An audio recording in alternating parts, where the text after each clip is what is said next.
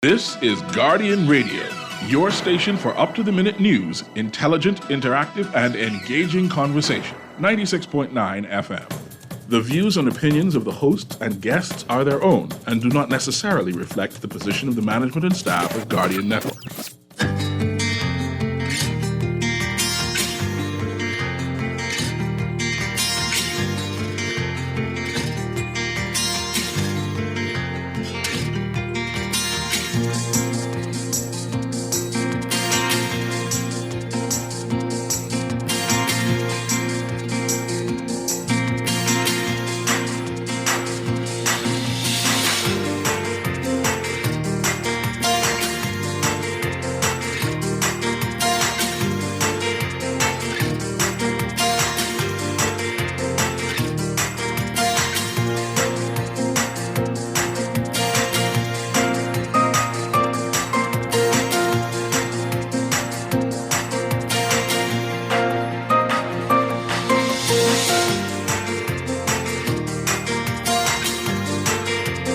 Good morning. COVID numbers trending in the right direction, but 11 more deaths confirmed over the past few weeks. 3 killed in separate murders, and Reverend Charles W. Saunders dies at 91. It's all straight ahead this morning. I'm Dwight Strachan, and this is Morning Blend. Wake up, it's a new day. Wake up, it's a new day. It's the start of a new way. You know that it's here. It's the start of the end of the old way. Revolution. Wake up, it's a new day.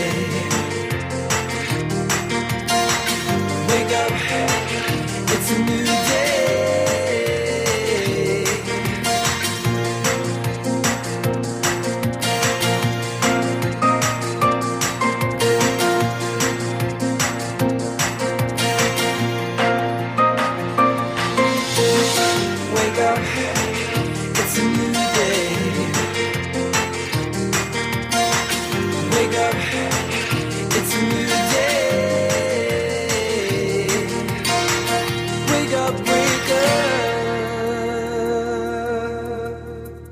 Good morning again, Bahamas. It is Monday, January 31st, 2022, the final day of January for the year.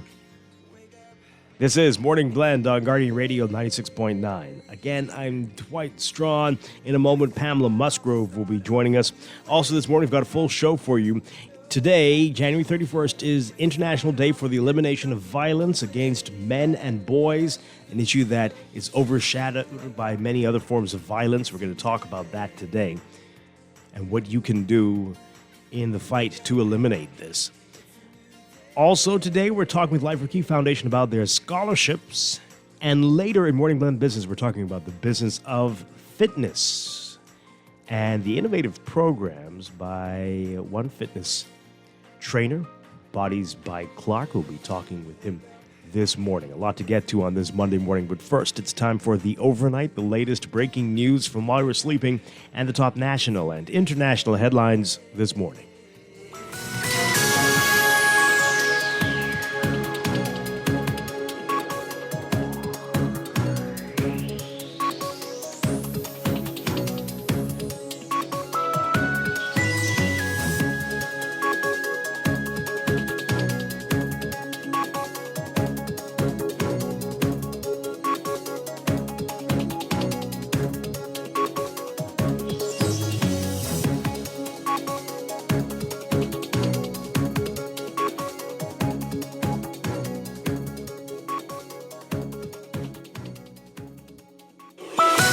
In the overnight, while new COVID case numbers continue to decline and continued over the weekend as well, 11 COVID deaths have been confirmed, bringing the toll in the Bahamas to 746 since the start of the pandemic. Another 166 people have been confirmed to have died with COVID, but not because of it, while 44 deaths remain under investigation. As of Saturday, 118 people were hospitalized with COVID, down significantly from more than 150 a week ago. Director of the National HIV, AIDS, and Infectious Diseases Program, Dr. Nikia Forbes, saying yesterday that hospitalization and death trends have been very different in this fourth wave than in previous waves. And she says, as it relates to hospitalizations, what's different about the wave is that we have a number of patients that are there for other causes that are not COVID-related. They're presenting for other medical problems or surgical problems, and they also have COVID when they're tested on admission. However, Forbes warning that the Omicron variant suspected to be driving the fourth wave in the country is not milder for everyone. She says people who are at risk for being in hospital, who have conditions that make their immune system weak, those people who are very ill, they will need oxygen and have more long-term complications. Meanwhile, as of Saturday, for those hospitalized, 60 were in Princess Margaret Hospital, 20 in Doctors Hospital, 10 in Sandlands, and 28 in Grand Bahama Health Services. 9 people said to be in intensive care. Police investigating 3 murders over the weekend happened between Thursday and Friday. The first murder shortly before 8 p.m. on Thursday. Police say a man and a woman were traveling west along McKay Street off Nassau Street when gunmen appeared from bushes and shot at the couple. The man and woman were both hit and the gunman fled. The man was pronounced dead at the scene. The woman was taken to the hospital and was said to be in stable condition at last report. The second murder reported on Abaco shortly after 4 a.m. Police in Marsh Harbor were told that a man was found unresponsive on Crockett Drive. When police arrived at the scene, they met the victim with gunshot wounds. He was pronounced dead. The third murder in Grand Bahama, 8 Mile Rock. Police say 2 men were playing backgammon in the area of Sapodilla Road in Hannah Hill shortly before 6 p.m. when they were approached by a gunman who shot at them. One of the men was hit in the chest, and he died. A man was in custody assisting police with that investigation. The government's working to find land in western New Providence for new housing developments that could be better than the Minister administration's planned Prospect Ridge community. That's according to Minister of Housing and Transport JoBeth Colby Davis. While former Prime Minister Dr. Hubert Minnis said roughly about 30 applicants had already been approved for the development, which was, as you know, geared toward young professionals. Colby Davis says the government has been advised not to continue with the development. However, she says those people who are already approved are still eligible to take part in the new housing programs planned under the Davis administration. And the country continues to mourn the loss of Reverend Charles W. Saunders, a pillar in the Baptist community, a veteran educator and public servant, and a, quote, steadfast soldier in God's army with a heart of gold. He died on Friday. Those who knew him said Saunders lived an exemplary life in which he committed himself to God, education, and mentorship.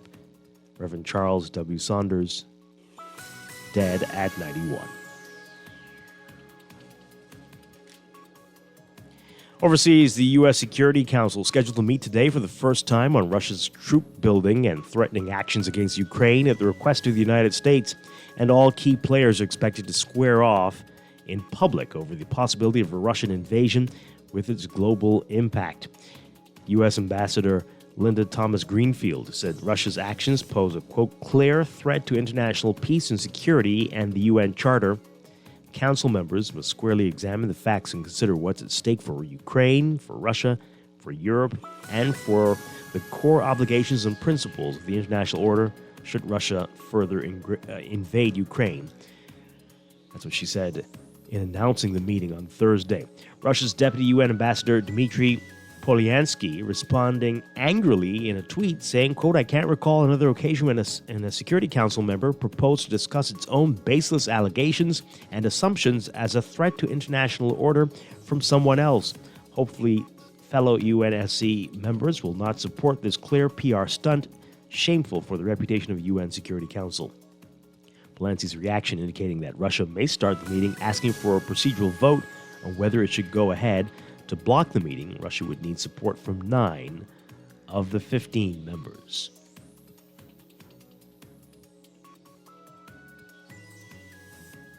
And North Korea confirming today it test launched an intermediate range ballistic missile capable of reaching the U.S. territory of Guam.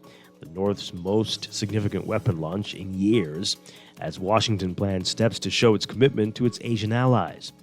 Sunday's launch could be a prelude to bigger provocations by North Korea, such as nuclear and long-range missile tests that pose a direct threat to the U.S. mainland, as the North tries to further pressure the Biden administration to win sanction relief or international recognition as a legitimate nuclear state.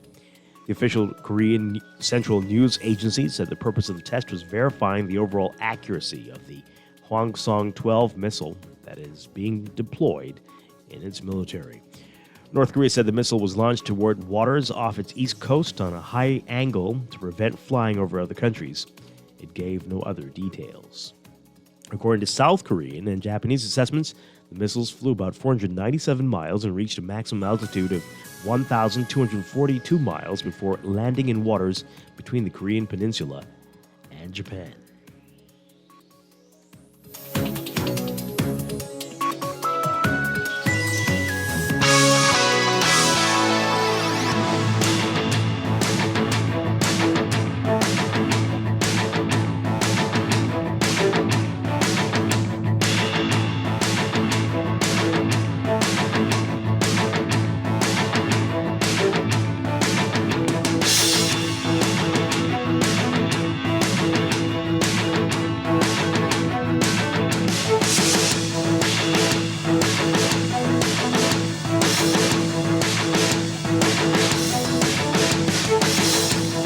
In sports, Bahamian Olympic champion Speedy Steven Gardiner proving that he is in a league of his own, setting a world indoor best.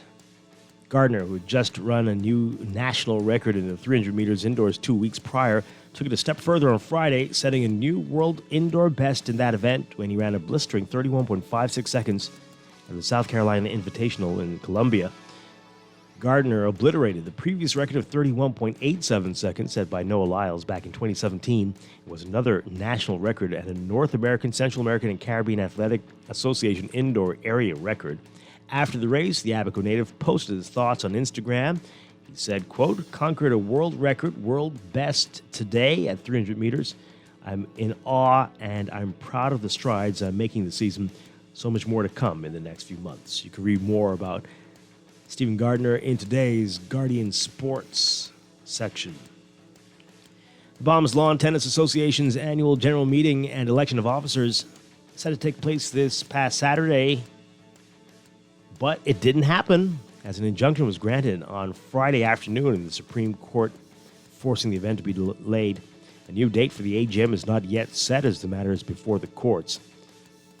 In an email, the BLTA saying that, quote, "Due to legal proceedings, the BLTA's AGM scheduled for Saturday, January 29, 2022 has been delayed. Further update will be provided when a new date is set."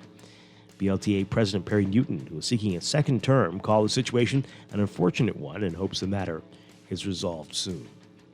And Bahamian sports legend Keith Parker, honored for his dedication and hard work in the sport of squash at the Four Walls Squash and Social Club on Village Road. The club honored the Bahamas Sports Hall of Famer by naming its champion court the Keith Parker Championship Court on Thursday, the first glass wall court in the region.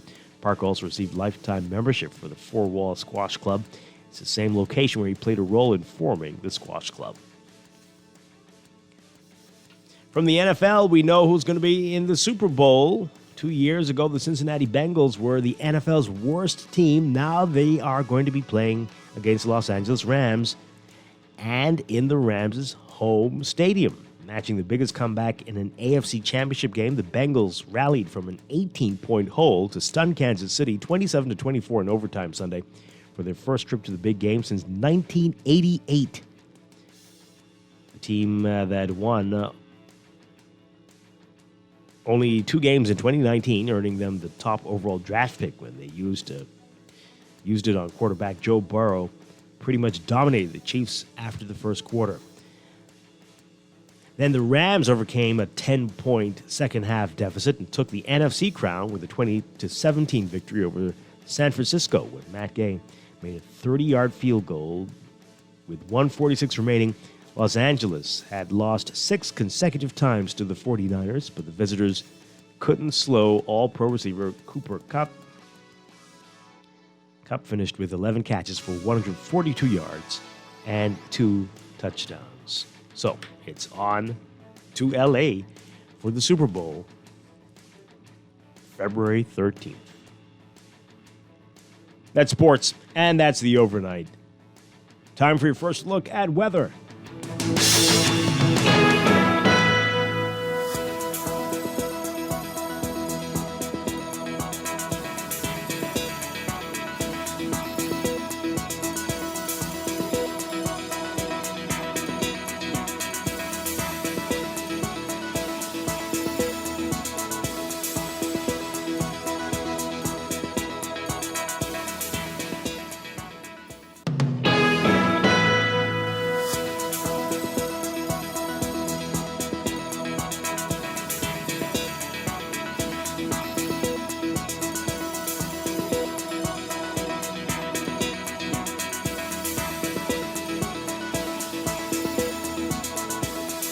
In your weather for today, we've got a stalled frontal boundary that's going to continue to support some cloudiness across portions of the central and southeast Bahamas, while a high-pressure system centered near South Florida will dominate the weather pattern elsewhere today.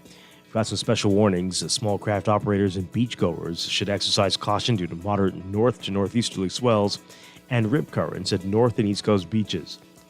For today, for the northwest Bahamas, your forecast calls for partly sunny and mild conditions, turning fair and chilly tonight. Small craft operators should exercise caution due to moderate north to northeasterly swells. Winds north to northeast at 10 to 15 knots, seas 2 to 4 feet. For the central and southeast Bahamas, partly to mostly cloudy and a bit breezy today, with a chance of a few isolated showers and possible thunderstorms. Turning mostly fair and cool with a stray shower or two, mainly across the southeast Bahamas tonight. Small craft caution is in effect for the central Bahamas, while an advisory is in effect for the southeastern islands due to swells. Small craft should be alert for gusty winds and higher seas, in or near heavy showers or thunderstorms. Winds north to northeast at 10 to 15 knots in the central islands, 15 to 20 knots in the southeastern Bahamas.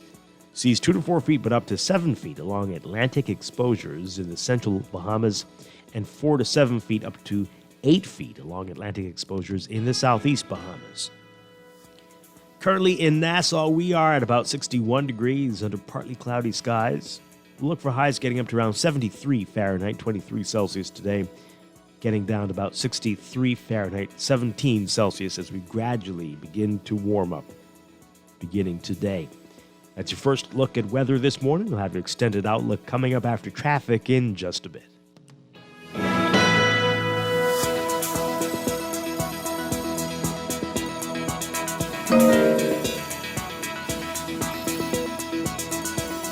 You're listening to Morning Blend. When we come back, we're discussing the day's top stories right here on Guardian Radio 96.9, your home for fresh news and smart talk all day.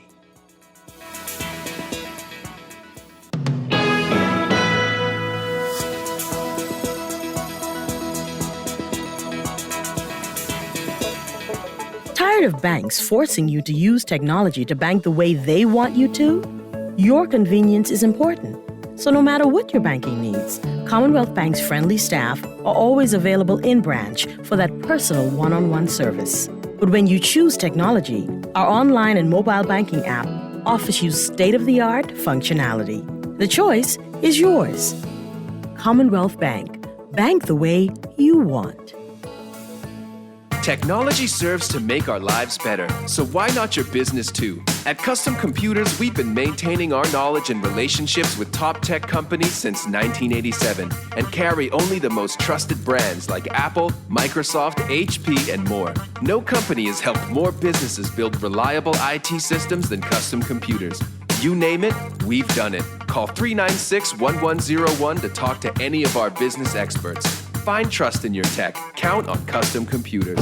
RBC has been growing with the Bahamas for over 110 years with new ways to bank better. We are committed to deepening our relationship with existing clients and forging new ones in the future with new products and services and investment in the community, youth, and education initiatives. We are here to help you grow. We're here to help you flourish. We're RBC. RBC Royal Bank. Banking reimagined.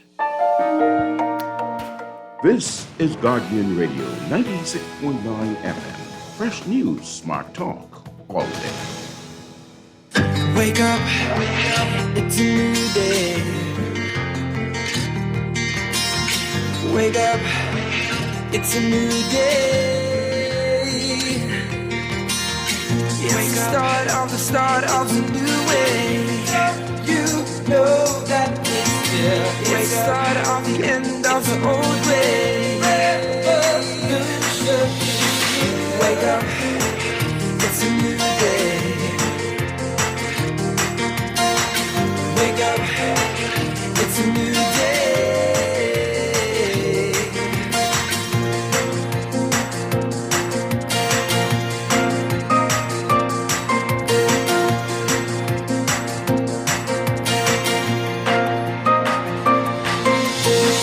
Wake up, it's a new day. Wake up, it's a new day. Wake up, wake up.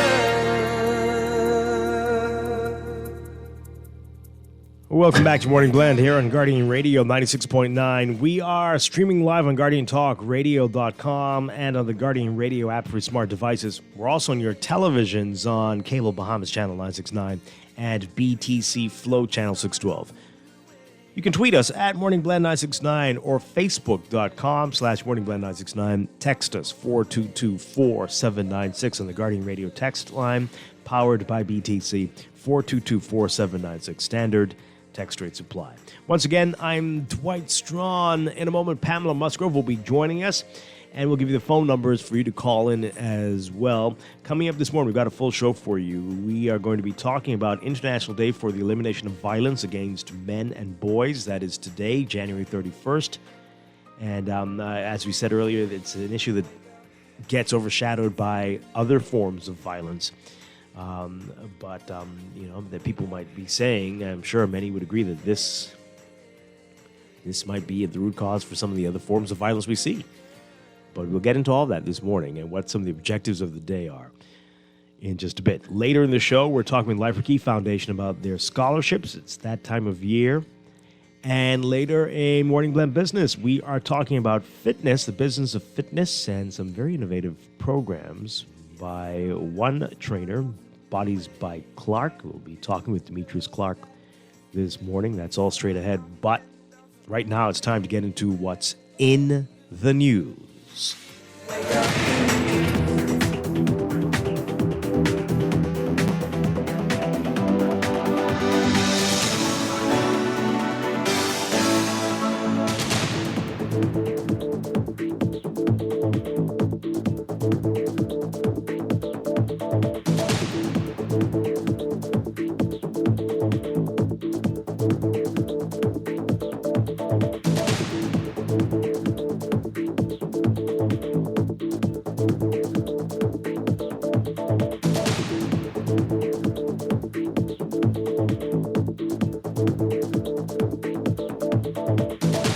And in the news, the word on this broke long after we were off the air on Friday, by I think it was Friday afternoon. And so this is our first opportunity to talk about this. But we learned on Friday the passing of Reverend Charles W. Saunders, an icon in the community, a pillar, as he's been described in the Baptist community, a veteran educator. We have a school named after him, a highway named after him.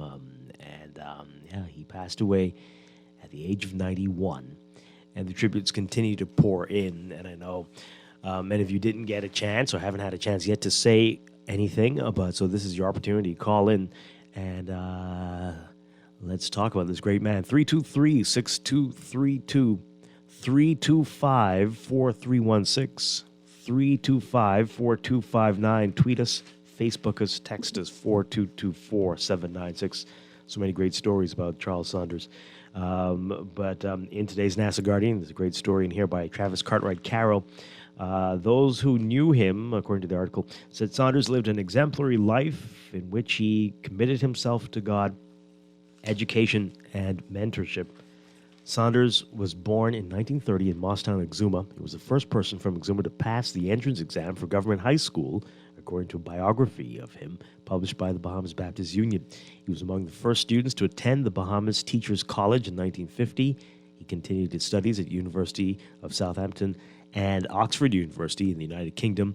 He received a diploma of education in mathematics and became a fellow of the Royal Society of Mathematicians. He also studied theology. His career as a teacher began in his native Moss Town. In 1960, he became a minister of Salem Union Baptist Church, and from 1968 to 1974, he served as assistant pastor. In 1974, he became pastor of Salem Union Baptist Church, a position he held until his retirement in 2013, 39 years later. He joined the Ministry of Education in 1971, serving in various positions, including Senior Education Officer and Deputy Permanent Secretary.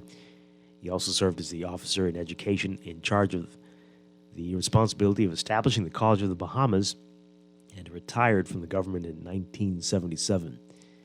In 1981, Saunders was elected president of the Bahamas National Baptist Missionary and Educational Convention, serving for 17 years.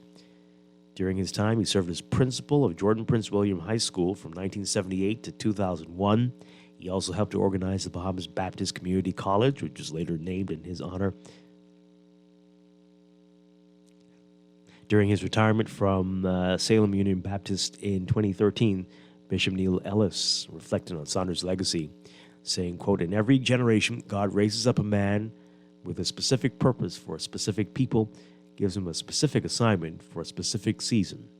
It should be very clear to all and sundry that Charles Wellington Saunders did not choose this vocation. God chose him." So, as we said, the tributes continue to pour in. On Friday, Prime Minister Philip Davis described Saunders as the quintessential religious leader. Former Prime Minister Hubert Ingram said Saunders was, quote, "the prince of the Baptist Church in the Bahamas." And the president of the Bahamas National Baptist Missionary and Educational Convention, Dr. Lloyd Smith, said Saunders will be greatly missed.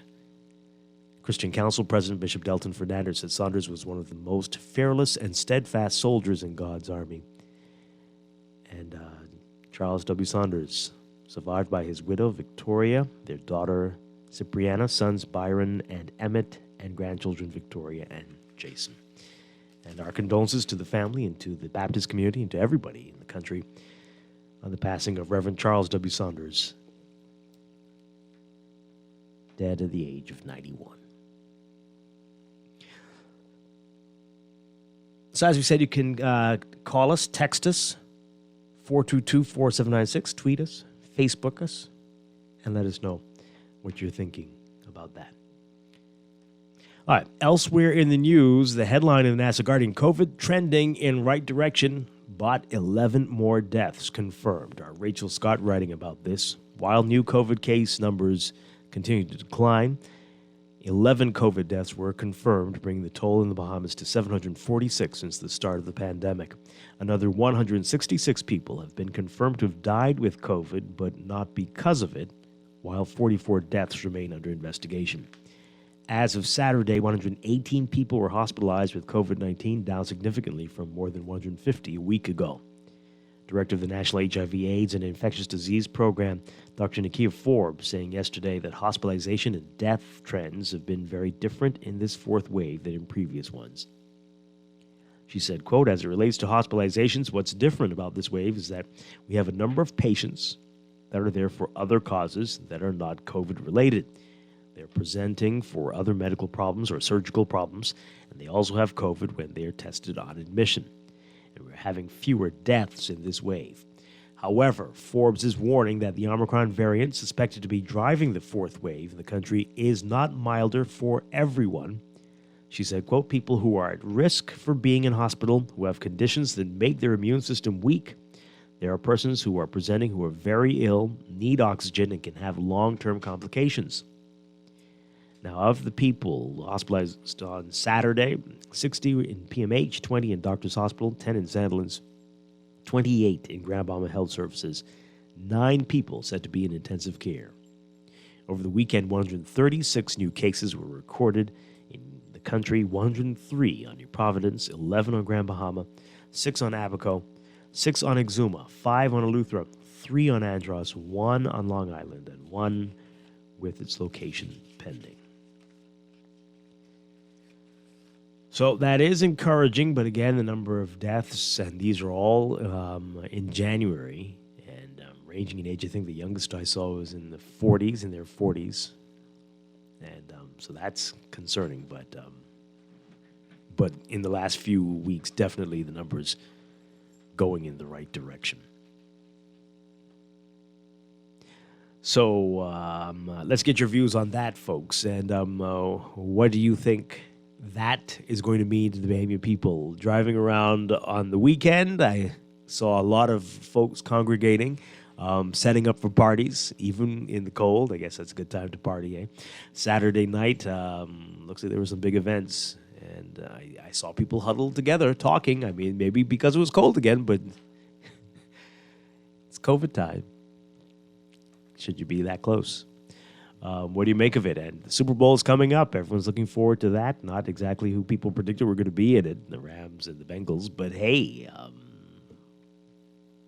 is that going to be another super spreader day?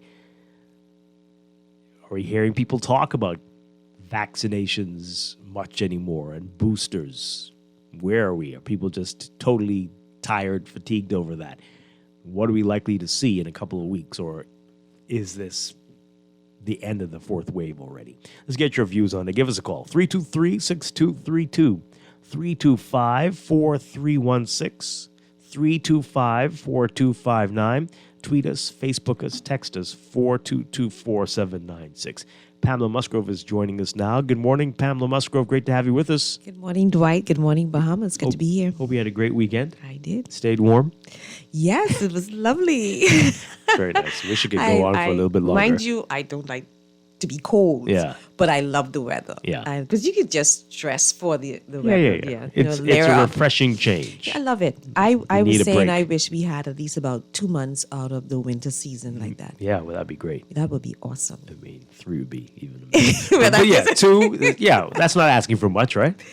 No, that's not asking for 2 out of 12 whole months of No, the winter months. So, you Yeah, know, that's what I'm it saying. starts what? December, Winter starts yeah, November, late- December. December.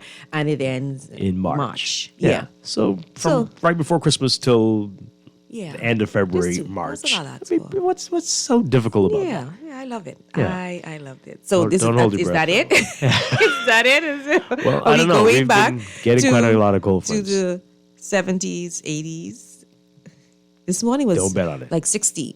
Yeah. Yeah, it was like 60 Yeah. out this morning. Yeah. I love Well, it. it's nice. I love it. You We'll get see. to wear those sweaters that were tucked way back Yeah. in the closet. I put my boots on, but I'm admonished not to do so. The prediction is 80s by the end of the week. See, there you go. Yeah. There you go. So But I'm enjoying it. yeah, enjoy while yeah. while you can, and hopefully there'll be more cold fronts coming down over the next few weeks at least. All right, so the numbers are looking good. I don't know. Do people talk about this anymore? Are we don't- still in the Right? pandemic? I mean, hey. That's right. I saw some clips of the Super Bowl game. Yes. Not a mask in today. sight. Which one of the teams wore the red and I think it was in home court, right? red. But And that's I Kansas looked City. at that stadium. Yeah. And I asked, is this live or was this 3 years Oh, that was very live. ago? I mean, it was packed to capacity. Yep. Packed to capacity. So I think a lot of people are moving on. Being careful. Well, I But don't know about that moving on. part, but they're moving on. Yeah. They're moving on. And then the good thing is the Omicron variant is not as deadly as the Delta. And so even though the cases are going up, you know, the level of death and serious illness that we had during the Delta variant is not the case. And so maybe that'll be good for more and more persons, Yeah. you know, getting it and helping us to reach to herd immunity. if that's even still a case. No, it doesn't look like it is. Remember Dr. Forbes saying that with these new variants, that's proven to be challenging. For one thing, and that's what you had to deal with, then maybe, but every few months a new variant, and You so know, it's hard to do it. When this pandemic started, there were two arguments I listened to and agreed with. The one of the mask. When our health officials and the world health officials and CDC and the CDC were saying masks didn't make any sense. Masks didn't make any sense. And I heard this In the very beginning. At the very beginning. Yeah. And I heard this doctor on a video. He was explaining it. If this virus is spread because particles coming out of your mouth and spreading, wouldn't it be better to put the mask on? And I'm like, that makes sense. Yeah. And so I started wearing masks, even though our health officials at that time were still saying the masks didn't make any sense. That's one. Number two, there's this doctor who's trying to explain why some people got seriously ill from COVID and some didn't. Yeah. And he went through these analogies. He said, if at the beginning of this you are healthy, no non-communicable diseases, and you had the flu before you got COVID, you probably wouldn't even know that you had COVID.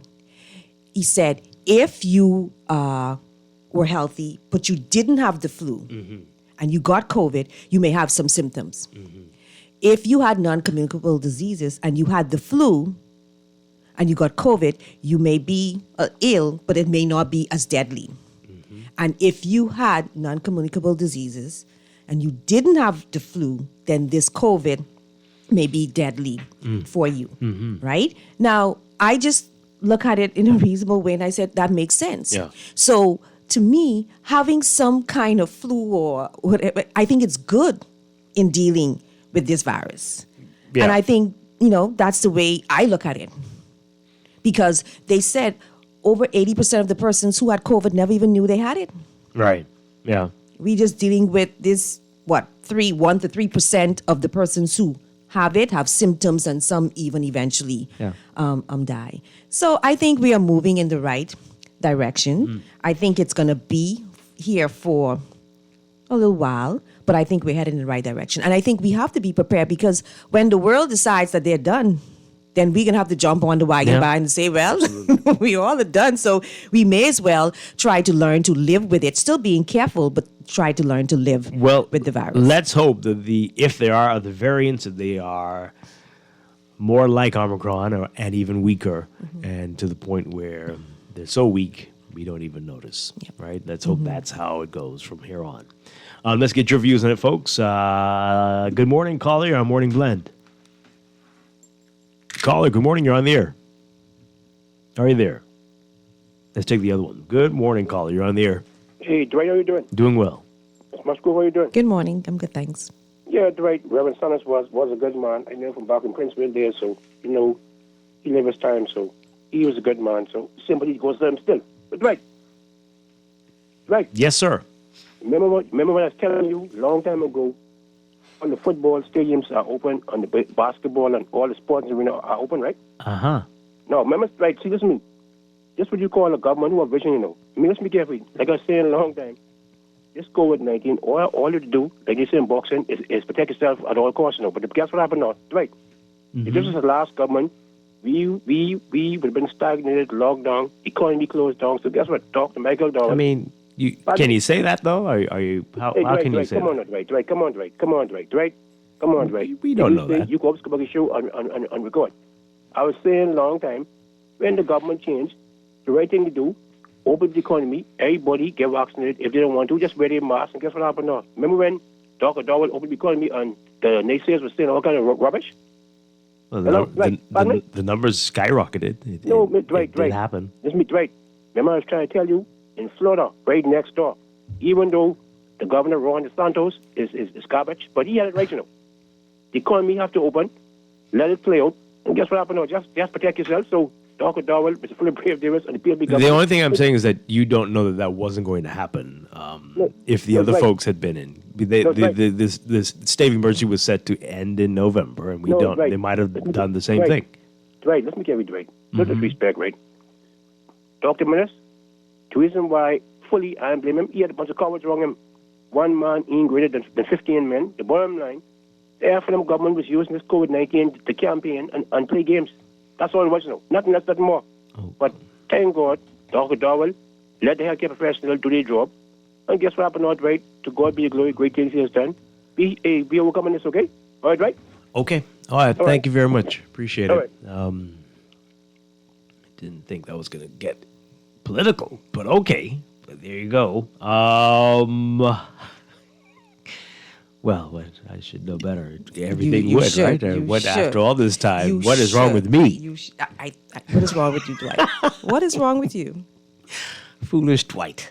Oh boy, here's some text messages. Good morning, morning blank. Condolences to the Saunders family, Salem Baptist Church, and the wider Baptist community. He was a nation builder. He will surely be missed. Rest in peace and rise in glory. Charles Saunders, yes. Mm-hmm. Another one, I went to Prince Will, and I was in grade 6 in 1978 when he first came there and graduated in 1984. He was a strict principal, and he caned me a few times. Okay. Hope that made you a better person. Okay. Pam, sounds like you're hating talking about the set in red. LOL. No. I don't. Got to be careful. I know. And they're very sore this morning because they're losers, and so you got to be very careful how you say things. See, about I don't know these. It don't matter what I do when I sit in a room. Yeah. I ask my husband, who you pulling for? Oh, So I can and see. then you pull for them? No, not necessarily. Oh, I just okay. want to Good see thing. what, Right. who you pulling for. And I'm like, okay, well, they're losing then. Okay, they're winning. So I really don't know. Well, I really can't imagine who around here were pulling for the two Yeah. that won. But I It was a like watching it surprise. sometimes. I love watching it sometimes because it's exciting. Yeah. I love watching football sometimes. It's exciting. But I don't. No, it's going to be great. Yeah, I don't. But seriously, watch the Super Bowl. who's a Bengals fan around here? Yeah, like Anybody? Bengals. Anybody? Tell us, call us, tweet us if you're a Bengals fan.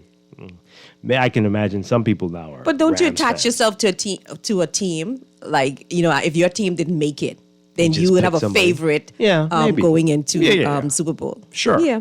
Sure. Yes, we're all going to pick sides between now and Sunday after next. Another one here. Dwight, remember, not all people are going to medical facilities if they have COVID, so triple the numbers that are given on the dashboards. And that's you've been saying that from the beginning, right? So while the numbers look better, they're not quite in the triple digits most days in the last couple of weeks. Quite likely a lot of people just are like, well, I know that this must be that, and I don't need anyone, and I can isolate. And so, yes, keep that in mind. But that means it's still much lower than when we were seeing those gigantic numbers a few weeks back. I think the more important numbers for me would be the hospitalization, seriously ill hospitalization and death. Yeah. I think they would be the trigger points for me to help me determine how serious it is. Yeah, okay. This person says here, yes, Dwight, we have moved on, but for some reason you and the good doctor refuse to let us with your constant harping and telling us who died from COVID. Oh, okay, you don't want to know that anymore. You would think that the people who died from COVID, please stop, we don't care anymore. You don't care about the people who died from COVID. Okay. All right, that's good to know. This person says, how come Dave's always the first person to call every morning? Because Dave's the first person to call every morning. That's how come. Another person, social services feeding program stopped. The unemployment benefit program looks like it stopped. Food store prices are sky high, skyrocketing, bills going up. So how is life getting better? You only work 2 to 3 days. It's a new day, but we were expecting better. Wow. Okay. This person says here, I was at a function on Friday night. There was about 200 people in attendance. I was the only one in the crowd wearing a mask. Everyone looked at me like I was crazy. I had to leave. I'm sorry you had to go through that. Were they standing close to each other like what I saw on Saturday? I mean, the people were on top of each I other. traveled in December and we went to a function. It was like 350, 400 people, right? And there was one person Yeah. wearing a mask. But she was a billionaire. So I thought to myself, like, would I come in here with a mask, right? And I'm like, no, I wouldn't. I wouldn't, and I didn't. But okay, so people have heard about that. People have traveled. I've seen it as well when I traveled. Like, wait, no one's wearing a mask. I feel very uncomfortable. But I understand that person. right. felt, But to see that hair is unsettling, though. I would feel that way Yeah. if I walked into a room. Yeah. If I was invited to a function, because more than likely this person was invited. You invited to a function, and everybody Well, not wearing their mask. it depends on the size. It's 15 people, and you really should be, but I might be, okay, well, fine. But 200 people? No. In March of last year, I was invited to a function. It was about 25 persons. So, I had my mask on. So when I got to the door, it was like outdoors with a covering. Nobody had their mask on. So I Yeah. took my mask off. Yeah. And I was trying to socialize, but trying to be distant. But everybody was just having a wonderful time All right. and talking. And I So said, okay, let's talk Lord, about this. please don't let me get COVID in this. This is scary. So, Super Bowl, as we said, coming up, people planning on having their parties, and some will try to abide by the rules. Is it 15 or 20? How many are you supposed to have? Anyway. But the last thing I went to, people were assuming everybody was vaccinated. And then one person said, oh, I'm not vaccinated. And everyone just froze for a second. Like, what? How you getting here? Right? But so what should you do? I mean, if you're having an event, should you require everyone to show your vaccination card? What should happen? Or just sanitize over there for about 20 minutes and then come and mingle? I think some people do, but then I've been to functions where you took a test, a little antigen test. They had people on site before. Yeah, you took Okay, but this is something big though. Yeah, I mean, what if you have a Super Bowl party? What should you do? Should I don't you think people are require going only to. people who are vaccinated to come to your Super Bowl party? I mean, you could. I'm not sure people are going to do it because I think it's going to be a lot of family and close friends, and so you just assume you didn't sneeze, you don't look like you're sick. Oh, okay, then you're probably healthy. That's Yeah. That's what we're going by. You don't look sick? I've been to functions that I wasn't. The issue wasn't whether I was vaccinated or not, or if I had COVID or not, and you mingled. I think it's up to the individual to be very careful. Like, okay, if you want to be extra cautious, you wear your mask and you sit off and you talk from a distance. But then again, if you're the only one in the room with your mask, you may as well be like the other guy and leave, or you just enjoy the body and just hope for the best. Oh, my goodness. Let's hear what you have to say about that, folks. Good morning, caller. You're on the air. A pleasant good morning, Dwight. Hi, good morning. Good morning. How y'all doing? I'm looking at these temperatures around here. I see Freeport is 47 degrees, breaking records this morning. Well, where are you? 40 what? It's Freeport is 47 degrees. Oh, okay. All right. Mm-hmm. Abaco is 57, me down to 59. And I remember 1977, we had a record of 52, I think we went down to where we saw flurries of hail and a little bit of snow, they said. I remember February 1977, when my daughter was born, working on Arawakita night in the pumping station. We saw some floating on our hand, hit your hand and melt. Fish were floating up in Abaco in Anders on the beach. But now we got 47 at Freeport this morning. Nice weather. Had somebody want to text you this morning, want to know why that guy always a place in the morning. Excuse me. I wonder why Satan people, when they call it, they only can talk politics. Some only can talk the virus. Somebody can talk about the chemistry. They know everybody got their little niche what they like to talk about. But I'd like to say good morning, Bahamas, to everybody. Enjoy the weather. I am not bathing today, and I'm not coming from underneath this blanket. Have a good day, everybody. Let's be safe out there with the virus. Hello? Okay, Good morning. Sparky. Good morning. Thank you for that. That was an interesting diversion there. Okay. Hey, let's take another call. Good morning, caller. You're on the air. Good morning. Are you there? Did Sparky scare you off? Okay. Another. Wow. This texter, the economy was already opening. The lockdowns in the beginning were essential to get a handle on the virus. Yeah, I'm not sure what Dave is trying to get to there. I mean, we were heading in that direction. It was clear. And I do suspect, can't speak for Hubert Minnis. Good Lord. But it did look like we were heading that direction. That they were going to be lifting the lifting the lockdown, lifting the state of emergency. They had already proposed some legislation, and what we saw adopted by the current administration was very similar to what was proposed. So I don't think it was going to be very different. I think we would be where we are right now. I don't know. I think the philosophy of the two parties were different. I think the Davis administration is one where let's learn to live with this by opening up, and they did that from the very first day or a few days that they came in, where they removed the curfew. Whereas the Minnis administration was, we had this lockdown in our toolkit to use should the need arise. So I think it's slightly different in terms of how they are approaching, or they approached the pandemic. Yeah, yeah, wow. All right. Yeah, so this person says here, why should only vaccinated people be allowed indoors? Dwight, it makes absolutely no sense. The vaccinated are the ones spreading COVID, so please stop it. Well, not only the vaccinated ones. Everybody, especially Omicron, got it. So, yes, let's not be ridiculous here. Anyway, they go on to say, I see why the last texter said you are still promoting mess. Okay, thank you. Thank you very much. Well, that's one thing that hasn't changed. The very hard lines that we have with people on vaccines and just what COVID is all about here. Boy, okay. All right, so that's what's going on there.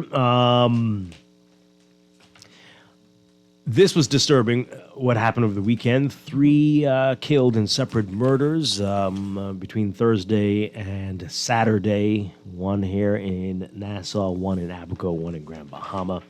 And people are very concerned about that.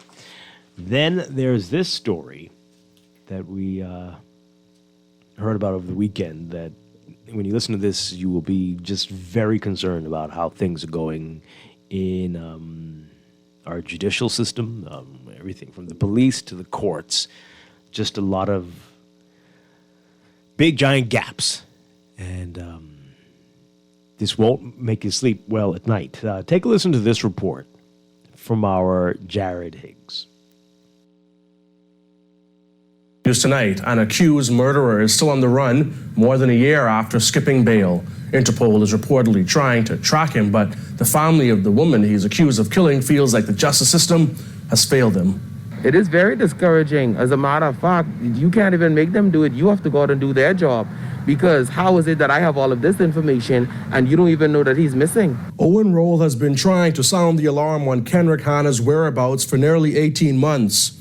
Hanna is accused of killing Roll's cousin, Monet Darville, in Freeport, Grand Bahama, back in 2019. Monet was an excellent mother. She took pride and joy in taking care of her daughter, and they spent a lot of time together. Hanna disposed of his ankle monitor on August 20th, 2020, according to officer in charge of crime management and investigation in Grand Bahama, Chief Superintendent Brian Roll. It was last tracked to a harbor in eastern New Providence. Police looked but never found it. On August 31st, 2020, a bench warrant was issued for Hanna. But this is the first that our news is hearing about this bench warrant, despite examining the story back in October 2020. At that time, Supreme Court Deputy Registrar Edmund Turner informed us that Hanna was granted bail, but on July 24th, 2020, his suretors told the court they no longer wished to vouch for him, and he was taken back into custody. At the time of speaking to Turner, it was his belief that Hanna was still in custody. However, then Commissioner of Corrections Charles Murphy confirmed to our news team that Hanna was released from custody by the courts on July 29th after new suretors signed his bail. It's sad. I can't even describe how it is in this country when it comes to justice and injustices.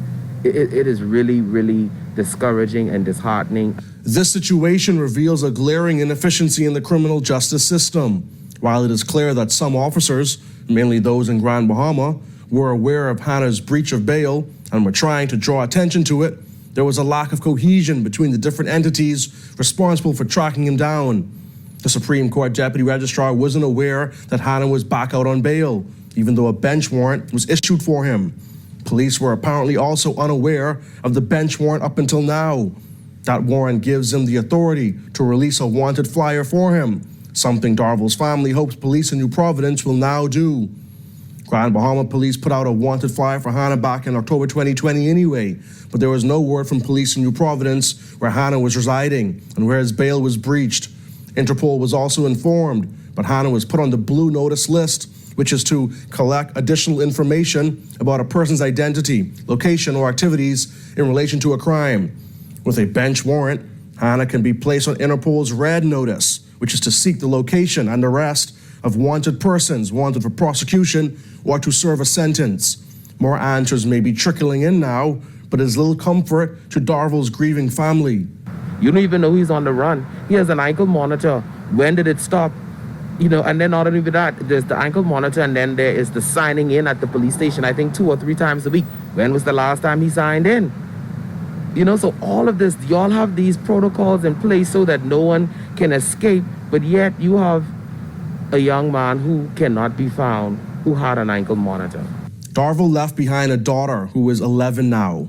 Pushing for answers has been difficult for her cousin, and some days he feels like giving up, but he's motivated to continue when he thinks of his family pain. You know, when I think about my aunt and my cousin, her brother, and her sisters even, and her daughter, it kind of encourages me to keep on going because they deserve to see this guy behind bars. They deserve to see him caught, and they deserve to know why he did what he did. Our Jared Higgs with that report there. Yeah, disturbing, and too many people have had experiences like that. Yeah. You find out, well, those stories are just as bad when you have no clue the person that is accused of committing a crime against you out on bail and you see them walking around. That's bad enough, but to know that no one knows where the person is or seems to know is just as disturbing, if not more. Yeah, I think that the issue with crime is so vast, and it's so many layers to it, and that we apparently are not dealing with. The slow response of the criminal justice system. I remember a few years ago, some judges had an issue with trying to set their court dates, and then the Chief Justice made a concerning statement about lawyers, not honoring their times assigned. So here it is, someone is, let's say, charged with murder, and they get a lawyer who has a lot of cases, right? And so their case cannot come up in time because this lawyer has all of these cases. Right, yeah. And so you're in jail for 2 or 3 years, so they let you out. Mm-hmm. And then that could explain why we have such an issue with crime, because people who are on the streets, who are supposed to be locked up, are just out there committing more and more criminal acts. And so this system is so broken, it's unbelievable. Absolutely. This is very, very sad. Very sad. Let's read some messages as we go to the break. This one says here, are we supposed to feel any different for this murder that wasn't solved because he allegedly killed a woman? Why would you go there? What? Come on, folks. Really? I think the issue probably from this texter is the focus on gender-based violence or gender-based murder as opposed to murder. No, you're not supposed to feel any different, right? It doesn't matter. Come on. Really? They go on to say, how much men kill men and skip bail. It's all bad. Right? And a family member speaking out. Other people are just like, oh, well, that's how it is, and just move on. And that's crazy. But everybody should speak out whenever. But people are afraid to, or people don't want to. People just throw their hands up and expect it. There's nothing to do with that. And that's very sad that you would think that's what it is. Oh, gosh. They go on to say, where is the coverage for that, Dwight? This is sexism at its finest. Oh, man, we are just really not going to progress, are we? That's disheartening. They go on to say, I honestly think we are taking notice of crime this year only because women are being involved now. I don't think so. No, I don't even want to read the rest of your text. No, I'm sorry. I don't know what's going on with you. I don't believe that statement. No. We are a violent society. And a lot of the criminal acts of men are men. The types of stories that you're talking about, there are these texter. Domestic situations are a little different. But the other ones that don't get the attention, it seems, because people believe it's something else involved, right? So not domestic, drugs, gang issues. And no one's forcing you to be a drug dealer or to be in a gang, as far as we know. I don't think that's a thing that's happening. So perhaps they don't get the attention. But if they were domestic, they would. And to these the types that are getting the attention recently, they don't occur frequently or as frequently as the other types. And so they seem to be pretty frequent. Yeah, I mean they're getting. Well, I still don't think they're even getting to the level of the criminal activities between gangs and men on each other, and that's why it seemed to be highlighted more in recent times. Because I mean, we don't see that happening every day. That type of mentality isn't going to help us in any way, and we should be outraged by every single murder. It's right, but some people clearly value certain people's lives more than others, and that's not us. That's the people on the street, right? So that's very, very sad. Oh, boy. All right, let's take a break. When we come back, we will get into this stuff. The International Day for the Elimination of Violence Against Men and Boys. That is today. We're going to be talking about that after the break. This is Morning Blend on Guardian Radio 96.9. Final day of January already, Pam. Really? Oh, I didn't think of it like that. It's the 31st. Time is sure flying by. It's crazy. We'll be back. Stay with us. When I knew I never could, know that I can't find nobody else as good as you. I need you to stay, need you to stay. I get drunk, wake up, I'm wasted still. I realize the time that I wasted here. I feel like you can't feel the way I feel. I'll be f***ed up if you can't be right here.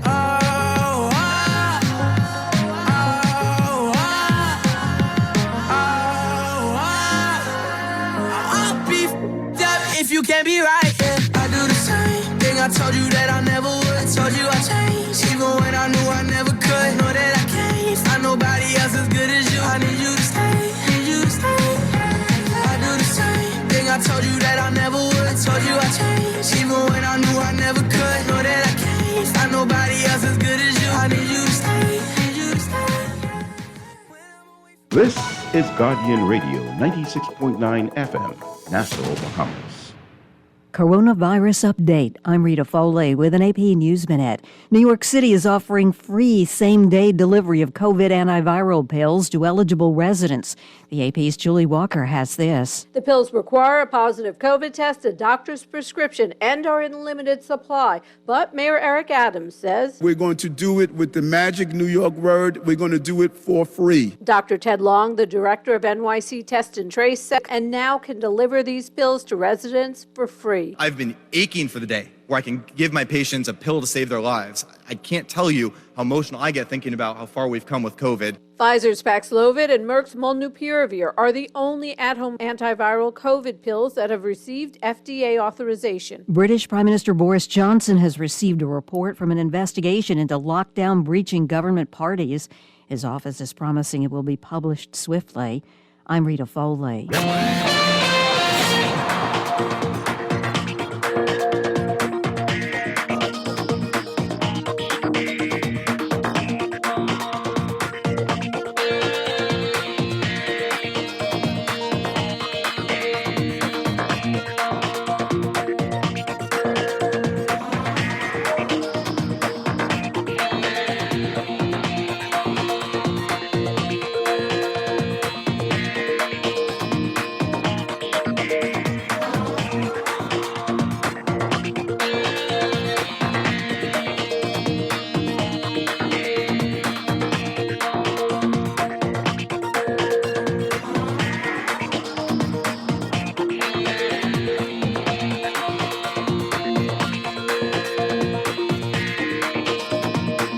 Time for your first look at traffic for this morning, brought to you by RBC Royal Bank.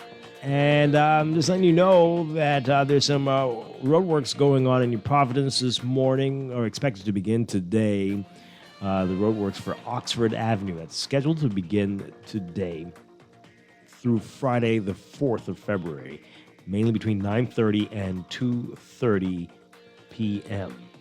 9:30 a.m. to 2:30 p.m. So we're told provisions will be made for local traffic where necessary, and motorists are asked to use the parallel streets, Cordo Avenue and Palmetto Street, to avoid the area if possible, and be aware of and acknowledge the posted traffic paving signs in the area.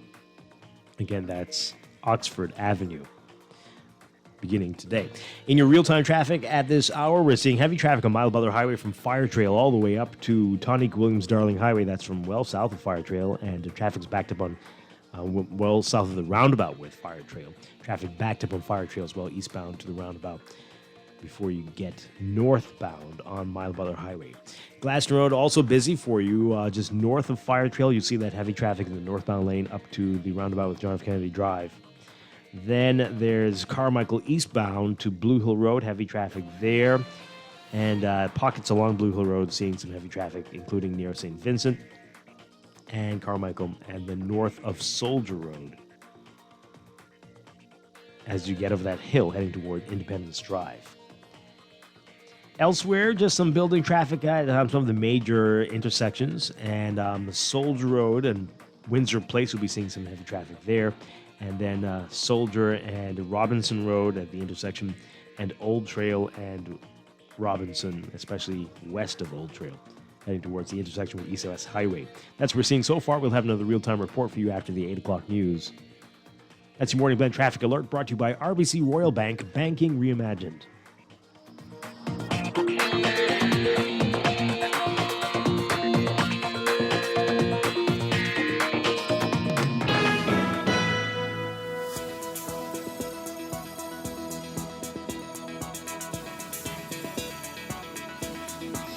Another check of your weather for today. Here's what's happening. We've got a stalled frontal boundary now that's going to continue to support some cloudiness across portions of the central and southeast Bahamas, while a high-pressure system centered near South Florida will dominate the weather elsewhere today.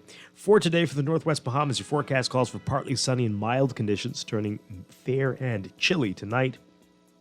Small craft operators should exercise caution due to moderate north to northeasterly swells. For the central and southeast Bahamas, partly mostly cloudy and a bit breezy with a chance of a few isolated showers and possible thunderstorms. Mostly fair and cool with a few stray showers possible across the southeast Bahamas tonight. Small craft caution in effect for the central Bahamas and an advisory in effect for the southeast Bahamas due to swells. Temperature-wise, we are gradually warming up. It is about 63 now in Nassau, partly cloudy skies. Look for highs getting up to around 73 Fahrenheit, 23 Celsius. Overnight lows tonight getting down to about 63 Fahrenheit, 17 Celsius. In your extended outlook, a building high-pressure system will once again support brisk winds across the area beginning tomorrow, while a gradual warming trend will be continuing as the week progresses. Elsewhere, that frontal boundary will eventually dissipate through midweek. So for tomorrow, Tuesday, partly to mostly cloudy and breezy with a few showers mainly across the central and southeast Bahamas.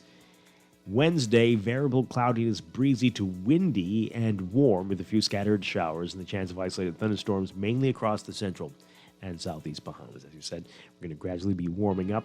We may even hit the 80s by the weekend.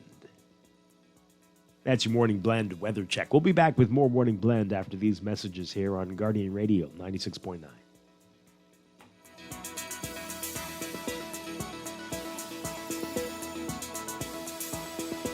Whenever you want, wherever you are, for all your banking needs, we make it easy. CIBC, First Caribbean, we've got all your banking solutions. CIBC, First Caribbean. CIBC, First Caribbean.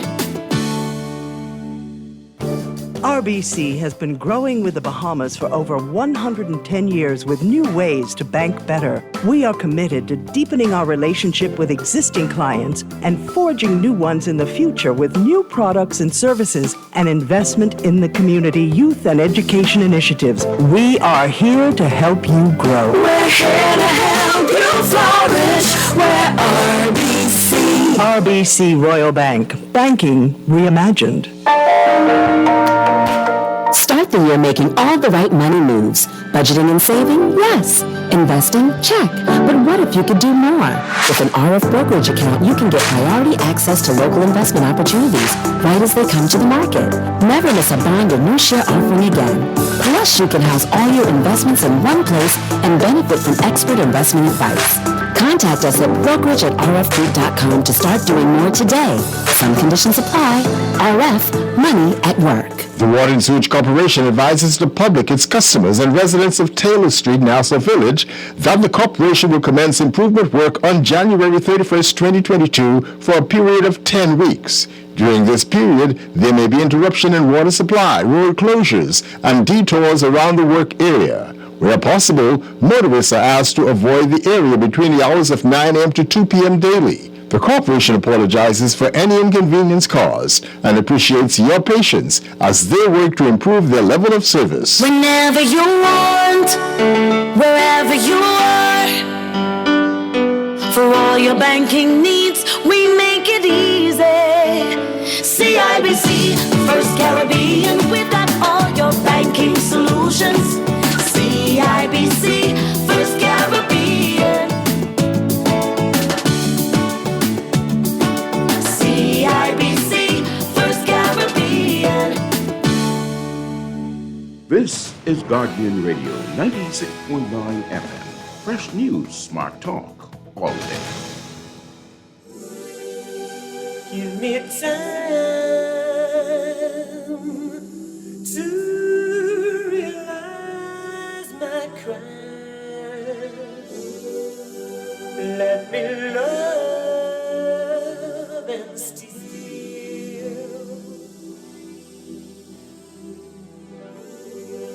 I have danced inside your eyes. How can I be real?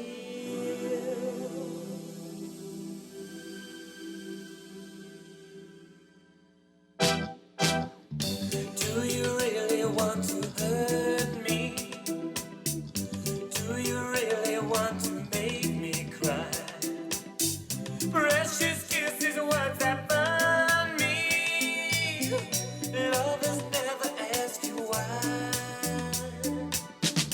In my heart the fire's burning. Choose my color, find a star. Precious people always tell me that's a step too far. Do you really want to? We are back here with Morning Blend on Guardian Radio 96.9. Dwight Strachan along with Pamela Musgrove. And this morning, we are talking about the International Day for the Elimination of Violence Against Men and Boys. That is today, January 31st. And we know the other forms of violence get a lot of attention. But this is a very serious issue. And here to talk about this, very pleased to welcome back to the show David Williams. David Williams, always a pleasure. Great to have you with us. Morning to you, Dwight, and morning to your co-host, Pamela. That's Pamela Musgrove. This is Pamela. Good morning. Yes, it is. Morning. All right. We talked to you just a few months back with International Men's Day, but let's talk about this. How this day, this is a global initiative, this day came about and why it's so important. First of all, Jerome T. Luxing, who founded the International Men's Day out of Trinidad, recognizing that there's a day that's dedicated to women, he decided with his committee to have a day specifically geared towards elimination of violence against men and boys. And so let me start out. I heard your co-host, Pamela, mentioned something, and let me give some statistics to support what she just said. On the International Men's Day website, male offense against male victim is 65.3%, whereas the male offense against female victim is like 22.7%. According to the Department of Corrections, known as BDOC, that's the prison, and I have the 2016 statistics. Just want to throw out one or two here. The population at that time, males was 93%. Okay. Also, according to those same statistics, And this is why we have to do our part to stop the violence with our young men and our young boys.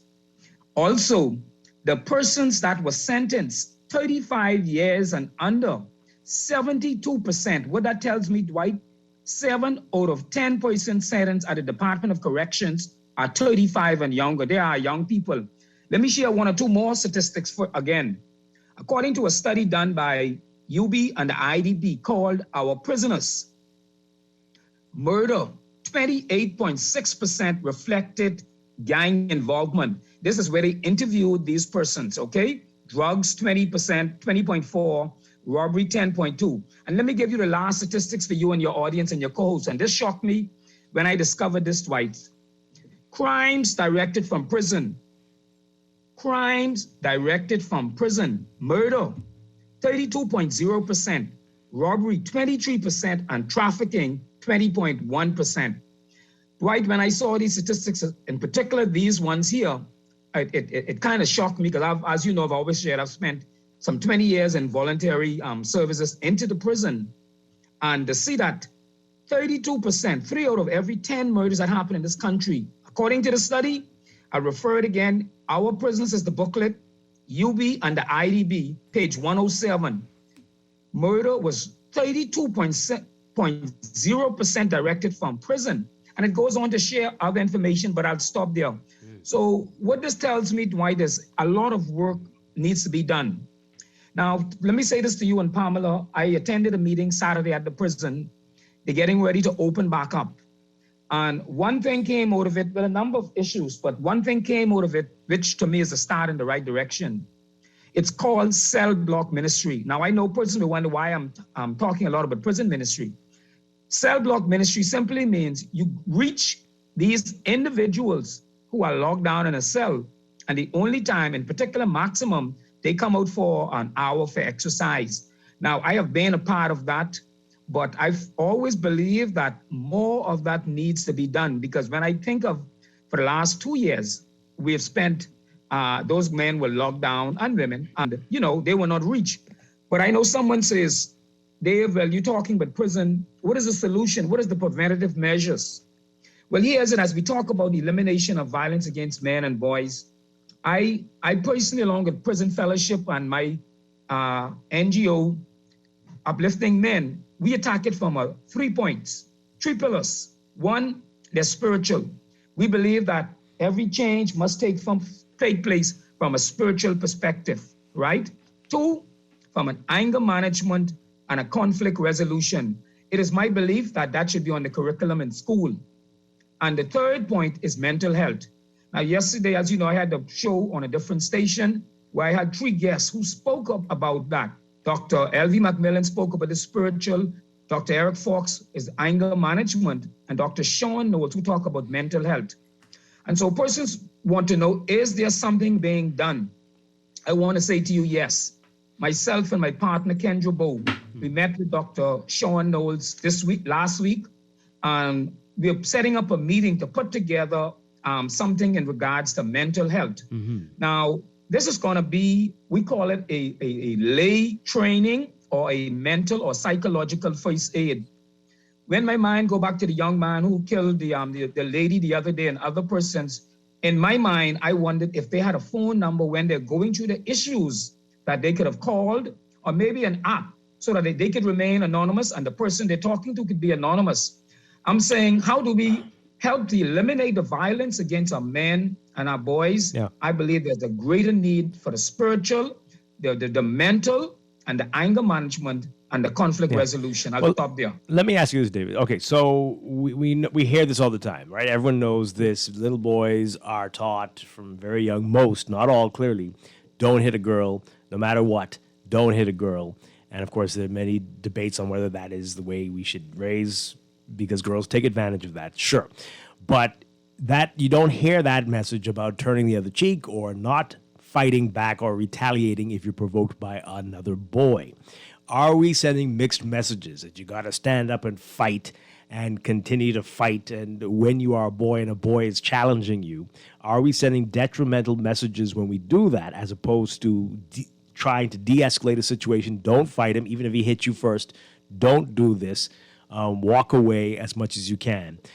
Are we causing what we're seeing now? Have we caused this, where people are like, I'm going to get you back. It may not be today, but I will have the last say on this? Are the mixed messages coming home to roost? What I would say, there's more need to be done. And this is why recognizing that that's an area where a lot of attention needs to be paid. And so my partner, Kendra, both from Rite of Passage and myself, we're putting together a program now that we're presenting to the Department of Gender and Family Affairs, working along with Mr. Fox, Dr. Eric Fox, and Dr. Sean Knowles. That's why we met last week, because Dr. Knowles is passionate about men. And in his presentation yesterday, he addressed some of those very same issues. And a part of our walkabout today, we're not only just walking in the community with the police and the neighborhood watch community, we have flyers that we're going to give out, tips for violence prevention, anger management, conflict resolution. So a part of the plan is Kendra and I want to get into the schools. We want to get into, I already spoke with the Ministry of Youth before, who's my MP. We want to be able to share this information so that as young people, young men, starting with the young men, the young boys, the young girls, right? They would understand that it is not okay to hit a boy, to hit a girl. We do as a preventative measure, you see? And we want to keep it balanced. So this in my mind, with Kendra and I, we are looking at as a solution now to reach out to community groups, church groups, various civics groups as a preventative measure to let people know. And the space is, we want to be able to also say, because, you know, both of us, our specialty is gender-based violence. We want to be able to say to our young man, listen to me, it's okay to stand up. Before I got this training, Dwight, I would have, if the guys on the court and they talk about violence, I would have not joined in, but I would not have said nothing. And so what we want to do is educate our young men, our young girls, our boys, our men, that, hey, it's okay to stand up and say, no, I do not support this violence in any form. And this is what we need. We need to train more of our young people to prepare to take a stand and say, hey, I do not support violence, whether it's against a male, whether it's against a female, you know, whatever it is, I don't support it. So we need more young people, and we want to start from the school system. And this year, hopefully things can work out with Department of Gender and Family Affairs, and she and I can hit the school as an educational tool. But I acknowledge that this issue of violence I think violence in general is vast and complicated. But I also feel that, and you could comment on it too, in addition to Dwight's statement about, you know, telling your boys not to hit girls, is it too that we teach boys not to be so emotional and expressive about their feelings? And so a lot of times what goes on with them, they keep it bottled in, and then we feel that we are to be more expressive with girls. You know, over the weekend, my husband and I went to do a service, and we met a young man who's doing really well in his business. But he told us a story. I mean, he's told us a story about how he was in a life of crime and robbery. And you know what he said was the underlying issue? He said his father, he believed, loved him, but he never expressed it. He never got that expression of love. And he says a lot of these guys out on the streets that, you know, join up with these gangs and stuff and doing a lot of this crime, they don't have that expression of love from somebody who hold them and tell them that they love them. And so he does it to his son now. He tells him every day, as much as possible, you know, that he loves him. He expressed that love to him. Because I think this runs deep, and I think we have to go to the core of it. And it has to do with the family. But if your family is broken, where do men and women get that expression of love?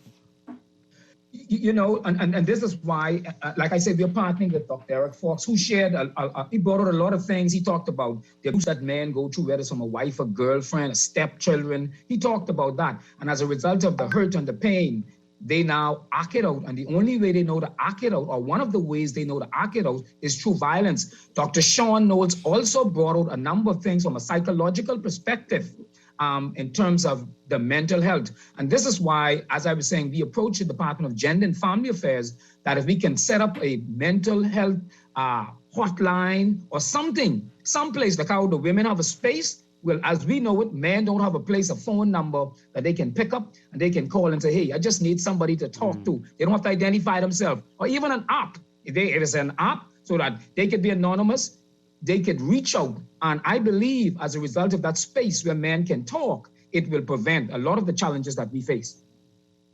Wow. All right, we got a break from the news. We're going to pick this up on the other side. Some good questions coming in. I see some calls coming as well. We'll see if we can get to those. We're talking with David Williams. Today is International Day for the Elimination of Violence Against Men and Boys. I mean, this is a problem as old as the beginning of time, right? Is it possible to even think we could eliminate this?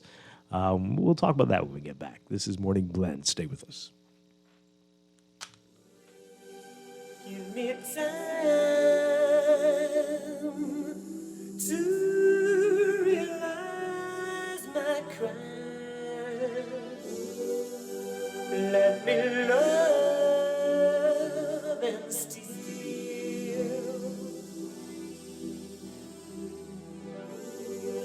I have danced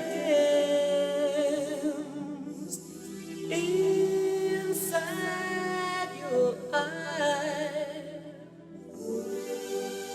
How can I? This is Guardian Radio 96.9 FM, Nassau, Bahamas.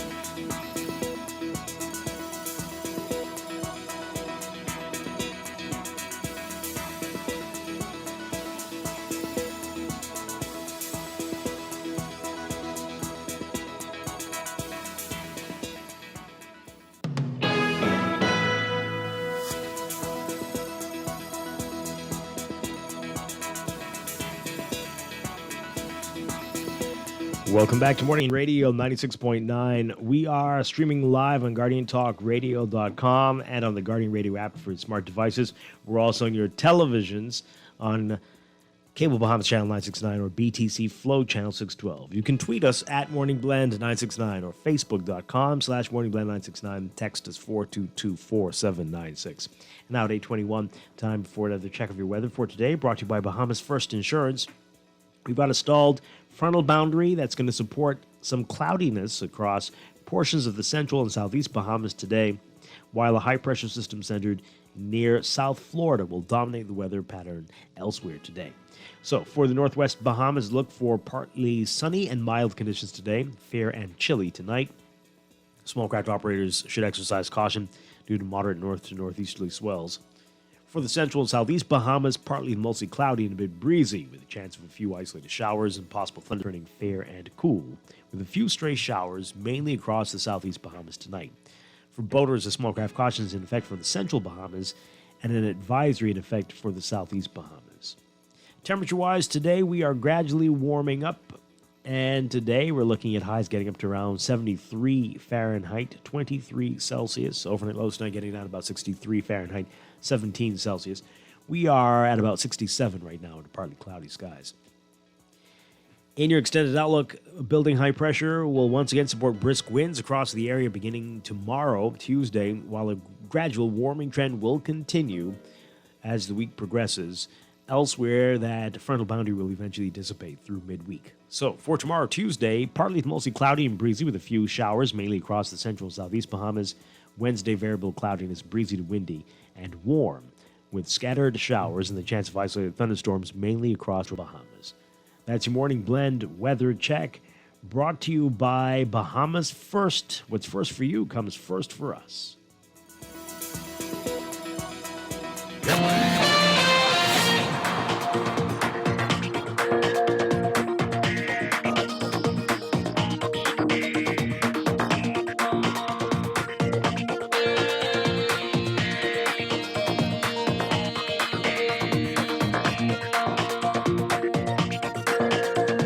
8:23 the time. Time for another check of the traffic for this morning, brought to you by RBC Royal Bank. A reminder about the work that's scheduled to begin today on Oxford Avenue. The paving work scheduled for between 9:30 a.m. and 2:30 p.m. beginning today and running through February 4th. That's this Friday. So motorists are being asked to use the parallel streets, Cordo Avenue and Palmetto Street, or avoid the area if possible. And again, that's scheduled to begin today. In your real-time traffic at this hour, we're seeing heavy traffic on Milo Butler Highway, well south of Fire Trail. Have not seen it this far south at this hour in quite a while. So Milo Butler Highway, you might want to avoid that if you can, if you have to be somewhere soon. And the traffic's backed up along Fire Trail as well, east to the roundabout with Milo Butler Highway. Gladstone Road looking busy as well, just north of Fire Trail, the northbound lanes. You'll see that there on the way to JFK Drive. And then Carmichael's got its own issues. So Carmichael near the southern portion of Milo Butler Highway, that's eastbound to that intersection. Heavy traffic there and near that Faith Avenue junction. And then further east from about Fire Trail all the way up to Blue Hill Road, heavy traffic on Carmichael Road. St. Vincent Road also busy eastbound to Blue Hill Road, and then Blue Hill's from south of St. Vincent all the way up to the roundabout with Independence Drive, especially north of Soldier Road. Independence Drive is a disaster westbound, just heavy traffic from between the two roundabouts from East Street all the way up to Blue Hill Road. You might want to avoid Independence Drive if you can. Robinson Road might be better for you, Soldier Road even. Back to Carmichael, westbound to Coral Harbor Road, looking busy as well this morning. Then we've got the six-legged roundabout on JFK Drive, eastbound there. That's looking very busy for you. And southbound on New Providence Highway. And further east, we've got Marathon Road, heavy traffic northbound. We've got at the major intersections along Prince Charles Drive and Robinson Road, especially Prince Charles and Fox Hill and Prince Charles and Beatrice. And then Bernard Road, just very heavy traffic, especially westbound. It's got a number of schools in the area. Eastern Road, we're seeing this again, the first time for the year, really, we've seen this pattern. So from San Souci Road all the way up to about Johnson Road, westbound, Eastern traffic for you this morning. And then pockets along West Bay Street near Arawak Key, or just east of Arawak Key near Nassau Street. Challenges all around. Good luck to you. That's your real-time traffic in the morning. Blend Traffic Alert brought to you by RBC Royal Bank, banking reimagined.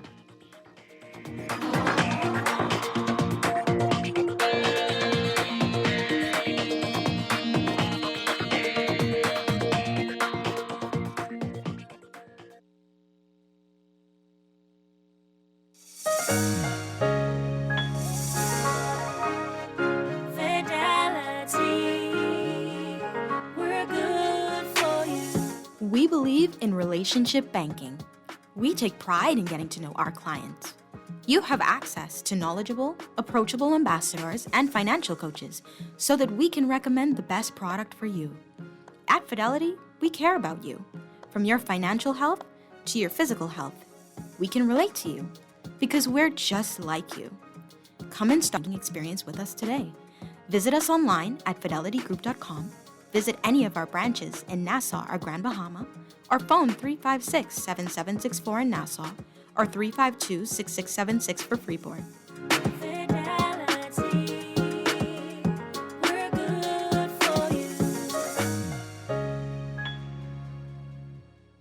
There's only one way to have a better morning. How? Start your mornings the best way with our 2 for $6 breakfast sandwiches at Wendy's. For a limited time, choose any 2 of your favorite breakfast sandwiches, including the fresh Strachan sack muffin, honey buttermilk chicken biscuit, double sausage muffin, or the sausage, egg, and cheese biscuit. Wash it all down with our cold brew shake or coffee. Better mornings always start at Wendy's. Wendy's, different inside and out. Excludes airport locations. This is Guardian Radio 96.9 News Smart Talk all day. Do you really want to hurt me? Do you really want to make me cry? Precious kisses, what that burn me. Love is never ever. We are back here with Morning Blend on Guardian Radio 96.9. Dwight Strachan with Pamela Musgrove. We are talking with David Williams about International Day for the Elimination of Violence Against Men and Boys. And David, we're getting some great reaction to what we've been talking about. And we mentioned this before the break about the mixed messages we're sending to our boys about not about turning the other cheek, and then Pam was talking about showing more affection and whether that would make a difference.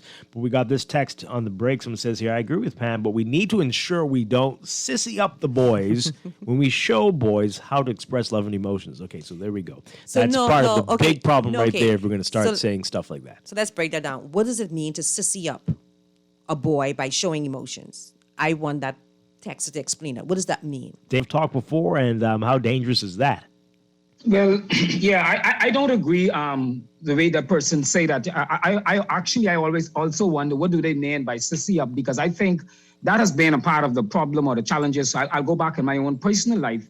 You were considered soft or sissy or, those type things. And I would join others in saying that. But as Dwight and Pam, as I has matured and really, especially when I went away, I had an opportunity to travel internationally and get the training. And when I recognized what is happening in this country and my eyes were open up, I would never use those terms again. And I have a 15-year-old son, and I would never tell him stuff like that. So for me personally, that don't make no sense. And I got to leave that alone. I don't want to say much on that. No, but I don't agree with a statement like that. Yeah, but I think it's important because there are people who feel that way. And I think it's important to break that down and to see where they're coming from and try to correct that line of thinking, not necessarily to ignore it. I listened to a podcast between Oprah Winfrey and Bruce D. Perry. They co-authored a book, What Happened to You? A conversation on trauma resilience. During the podcast, they said that, a child's fundamental years are between 0 to 5 or 6. That's their fundamental years. And they understand, if not everything, a lot about what goes on in their environment. They just cannot articulate it. Mm-hmm. So when you see children acting a certain way, a parent may say, well, I didn't tell them to do that. But they watch their parents' action.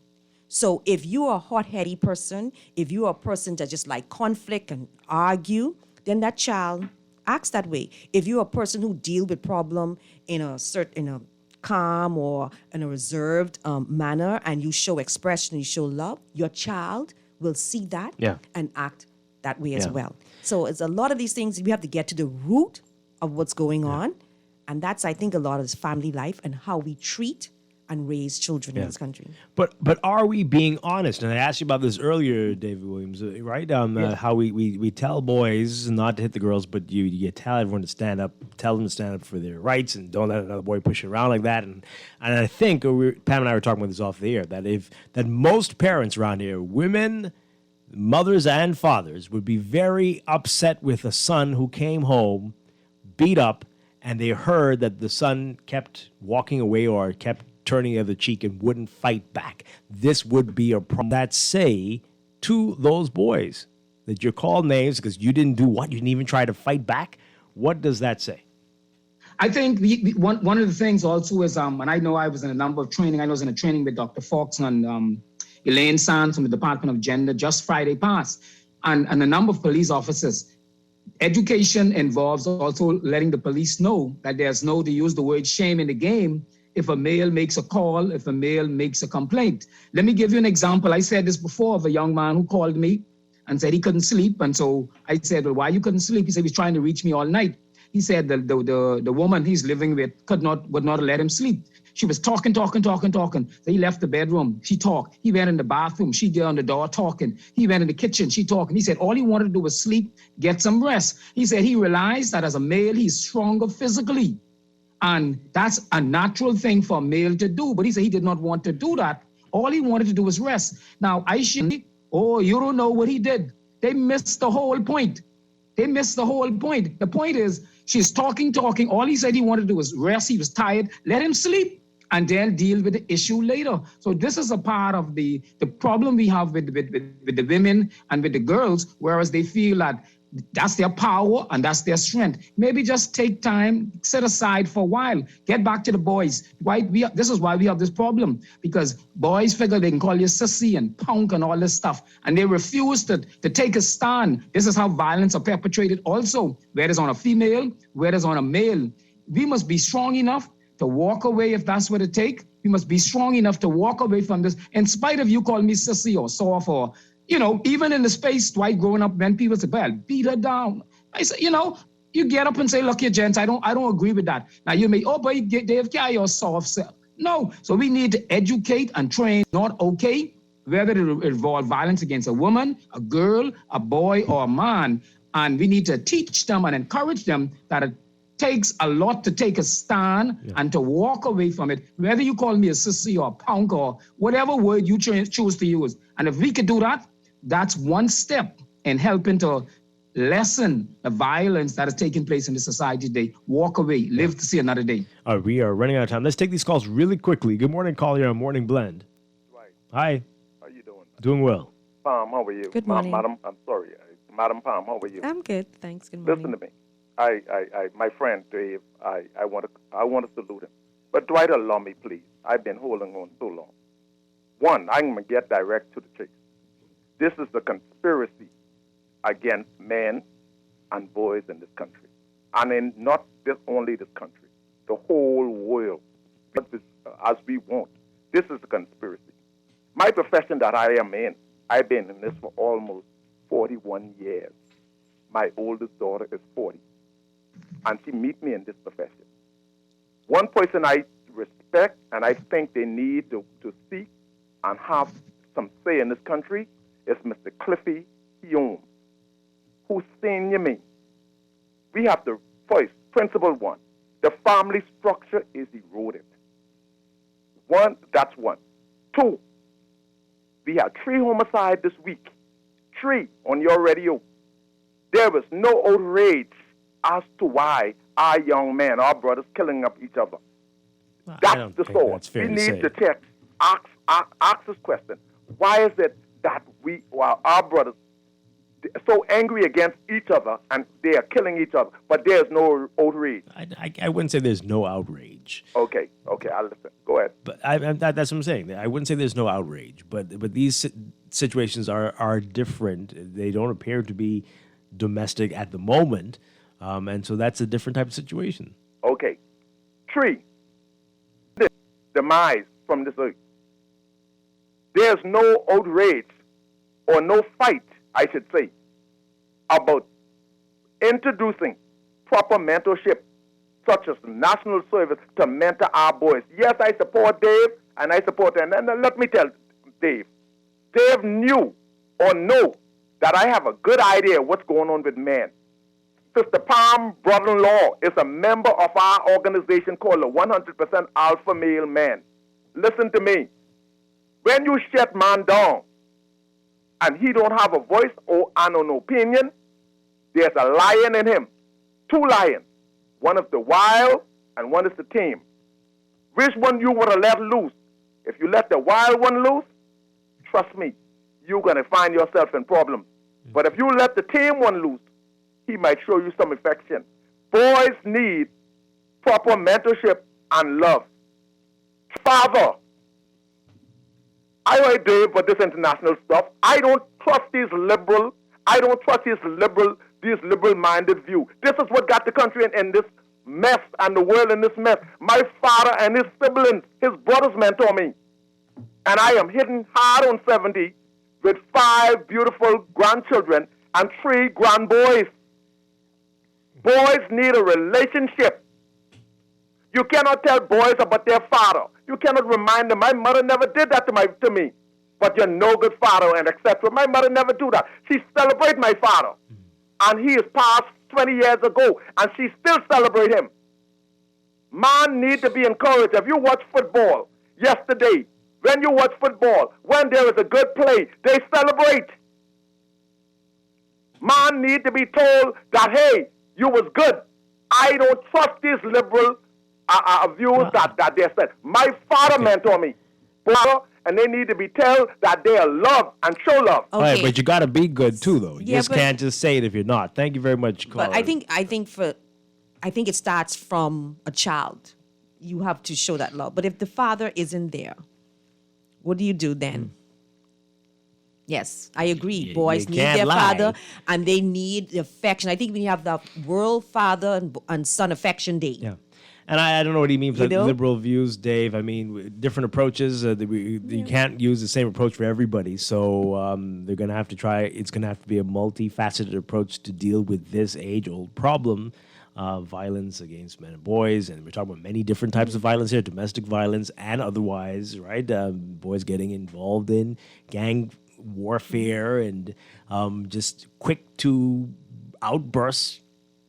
Violent outbursts, all of this. We've got so many issues that we're dealing with there. And I agree. We need more mentorship program, and hopefully more men will be inspired to set up such programs to help little boys grow in to productive men.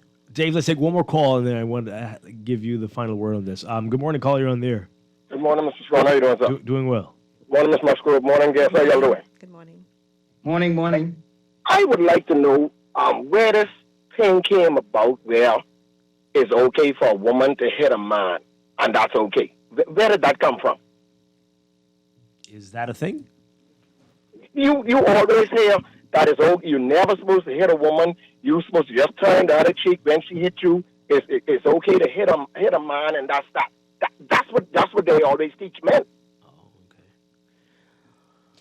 Yeah, I think that's growing up. It's a bias, a gender bias, I think, way that some parents brought up their kids. Boys don't hit a girl, but never told their daughters not to talk sassy or not to hit. Correct. That's the my boys. problem. So that's just this lopsidedness.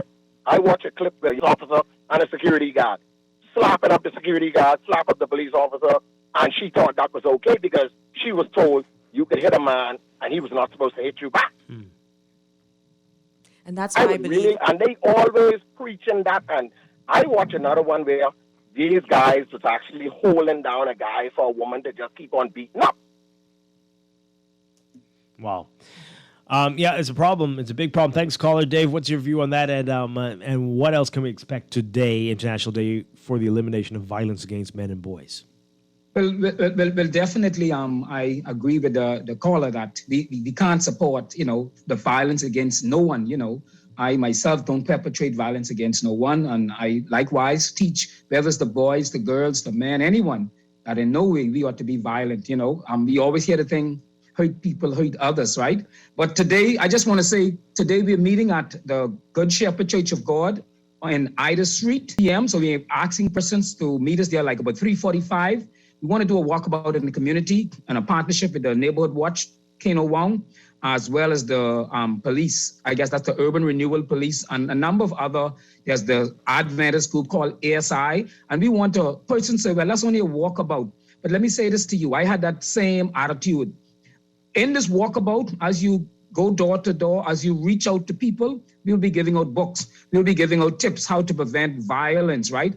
How to manage anger. So if you can reach one or two young men, one or two young ladies, one or two boys, one or two girls, that makes a difference. So I'm asking persons under the sound of my voice, meet us on Ida Street at the Good Shepherd Church of God, where we're going to park 3:45, and we're going to have a walkabout in that community. And there's a youth forum where we're going to involve a lot of the school children. Zoom, it's not also Nassau-centric. It's also in the Family Islands, led by Dwayne Higgins and Pastor Nathan Wells.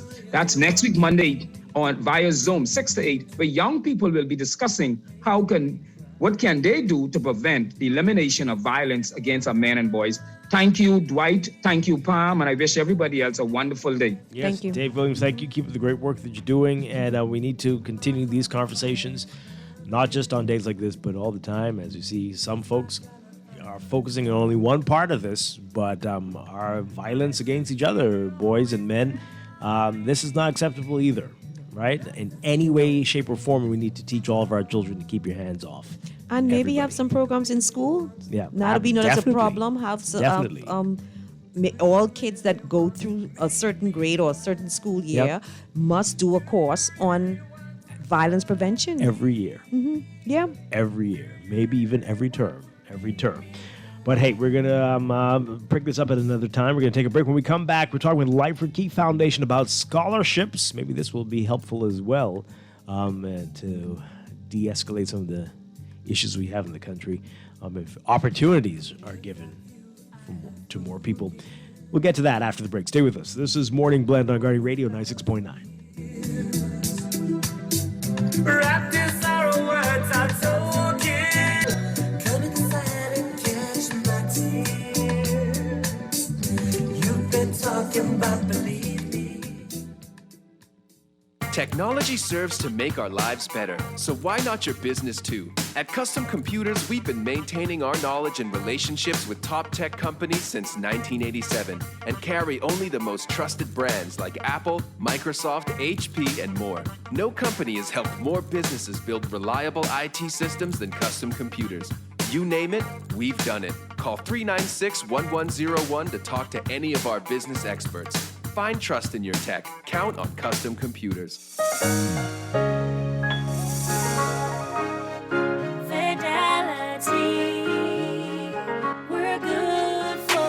We know how important collecting your money can be to the success of your business. Start your relationship with Fidelity today so that we can show you the many options available to you with our merchant services. From click and pay options online to merchant terminals and e-commerce options.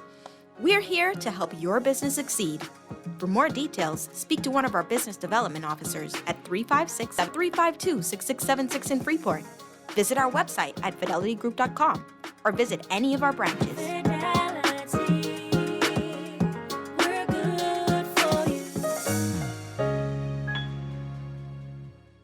Best rate, no delay. Best rate, no delay. BTC gives more savings on the best fiber internet. It's super fast with super savings in every package. Compare and see for yourself. Enjoy up to 150 megabits per second plus 157 TV channels and unlimited home phone minutes for only $99.99. Best rate, no delay. Visit a BTC store to sign up for the best internet experience on the Bahamas' best fiber network. Conditions apply. Earning zero interest on your savings at the bank? With as little as $100, you can start earning interest on your money while you're sleeping, eating, or standing in line at the bank with the CFAL Savings Express Plan.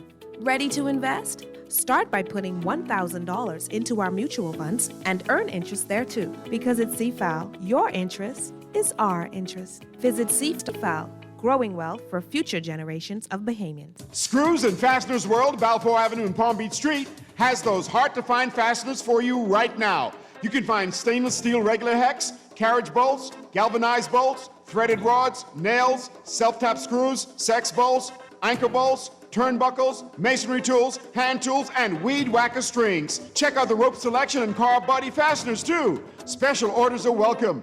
It's your #1 fastener store. Screws and Fasteners World, Balfour Avenue and Palm Beach Streets. Call 326-1976. Tired of banks forcing you to use technology to bank the way they want you to? Your convenience is important. So no matter what your banking needs, Commonwealth Bank's friendly staff are always available in branch for that personal one-on-one service. But when you choose technology, our online and mobile banking app offers you state-of-the-art functionality. The choice is yours.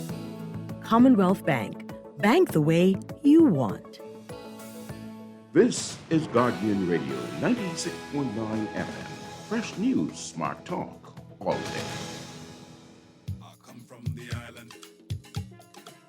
I come from the island. Here, man. I come from the island. Yeah, man. I come from the island. What you say, my island boy? You know my heart is still in the Caribbean. Island boy. We're back here with Morning Blend on Guardian Radio 96.9. Dwight Strachan along with Pamela Musgrove. And as we said, we definitely need to have more conversations about that. But we'll pick that up at another time. All right, so we're very pleased to have with us, it's been a while, Executive Director of the Life for Key Foundations. We've got Nicola Virgil Roll with us. Nicola Virgil Roll, good morning. Great to have you with us as always. Thank you. Good morning, Dwight and Pam. Happy to be here. Good morning. All right, so Life for Key Foundation, scholarship time. It's the end of January already, My goodness. End of January. Time is flying. All right. So how are we looking? If you are interested in the fall, this is the time. This is the time. From the 1st of February, so our portal opens tomorrow, the 1st of February.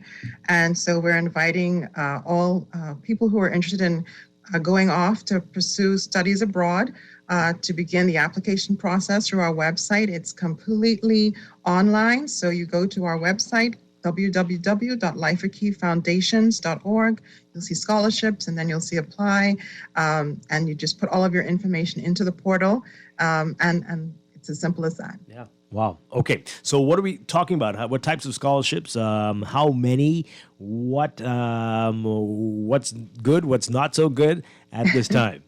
Okay, so the foundations offers three main types of scholarships. We do an undergraduate scholarship for traditional academic subjects, and so that's what many people think of. We do a graduate scholarship as well. So if you're pursuing a master's degree or a PhD degree, we have master's graduate scholarships for you.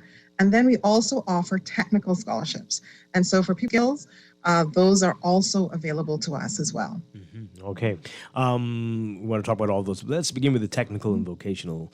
I think a lot of people will be interested in this. What is available out there? Any particular skill set, any particular subject area that you're looking for?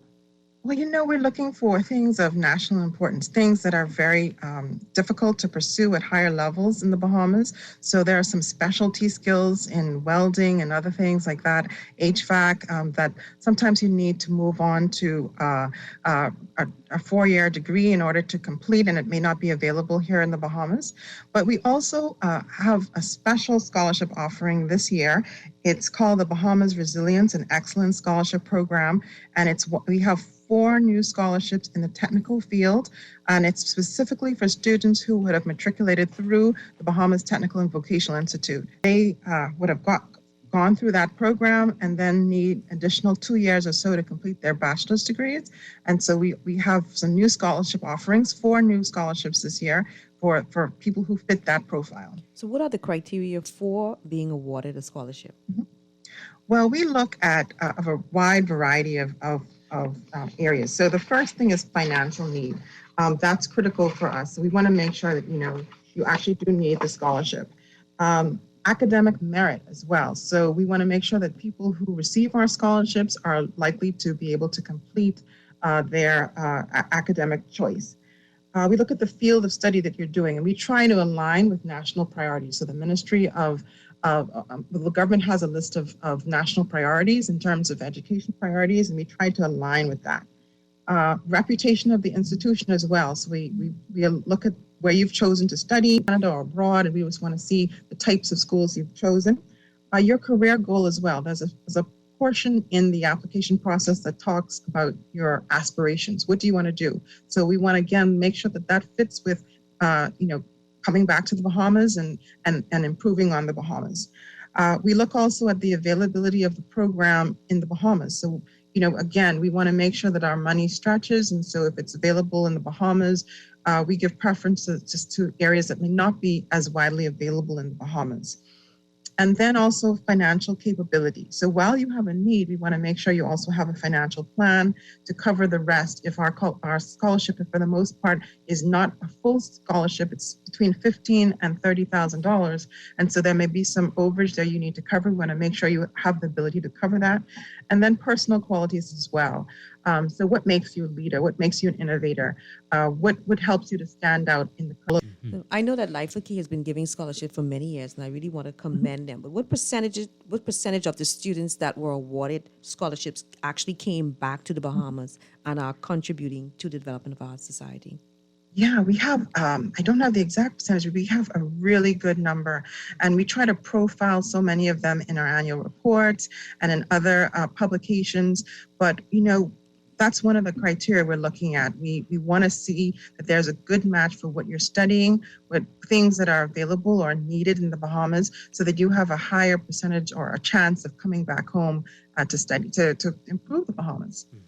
All right, so we noticed a little thread, a trend with what you were saying earlier, making sure that this is relevant to the country. So there are definitely some disciplines that we either don't need much of anymore or that are we're just not interested in. Let's talk about some of those the people right off the bat that maybe they need to look elsewhere. We fund a whole wealth of things. If you look at the needs of the country, there's a lot of things that are needed. We look at things from the arts, from writing, music, visual arts. We have scholarships that cover those. We look at economics, so the range of economic disciplines. Education, very important for the country. So from specialized field to STEM subjects to secondary. Engineering, all of the types of engineering subjects we look at. Financial services, that's our number 2 industry, and we want to make sure that we have people trained in those areas. Foreign languages, health administration, very critical now in this pandemic period. We look also at IT and software and application development, marine and environmental sciences. We have a very fragile ecosystem, and we want to make sure that we have protect our environment. Mathematics and the sciences. While we don't cover if you're pursuing medical degrees, we do cover you for sciences and other ways that you can apply sciences to help develop the Bahamas. And we also have pre-professional allied health majors such as physiotherapy, speech therapy, occupational therapy. All of those things are very much needed in the Bahamas. Mm-hmm. Okay, you mentioned it, medical degrees. So med school, not quite. No, it's not covered. No. We know that there are other options available for persons pursuing med school. Mm-hmm. And law as well. And law as well, law. yes. So no law. What about... although we do have a scholarship for specialized law degrees at the graduate level, and so it covers both marine law, specialized law degrees at the higher levels, and all stenographers as well. Okay. We definitely need more of those. And accounts, what about that? We have students who've studied accounts, and we look also at why they're doing it, why they choose to study it in abroad versus somewhere that they may be able to get that locally. So all of those things are open. We just say put your best foot forward in terms of the application you make and justify why you're choosing to do what you're doing.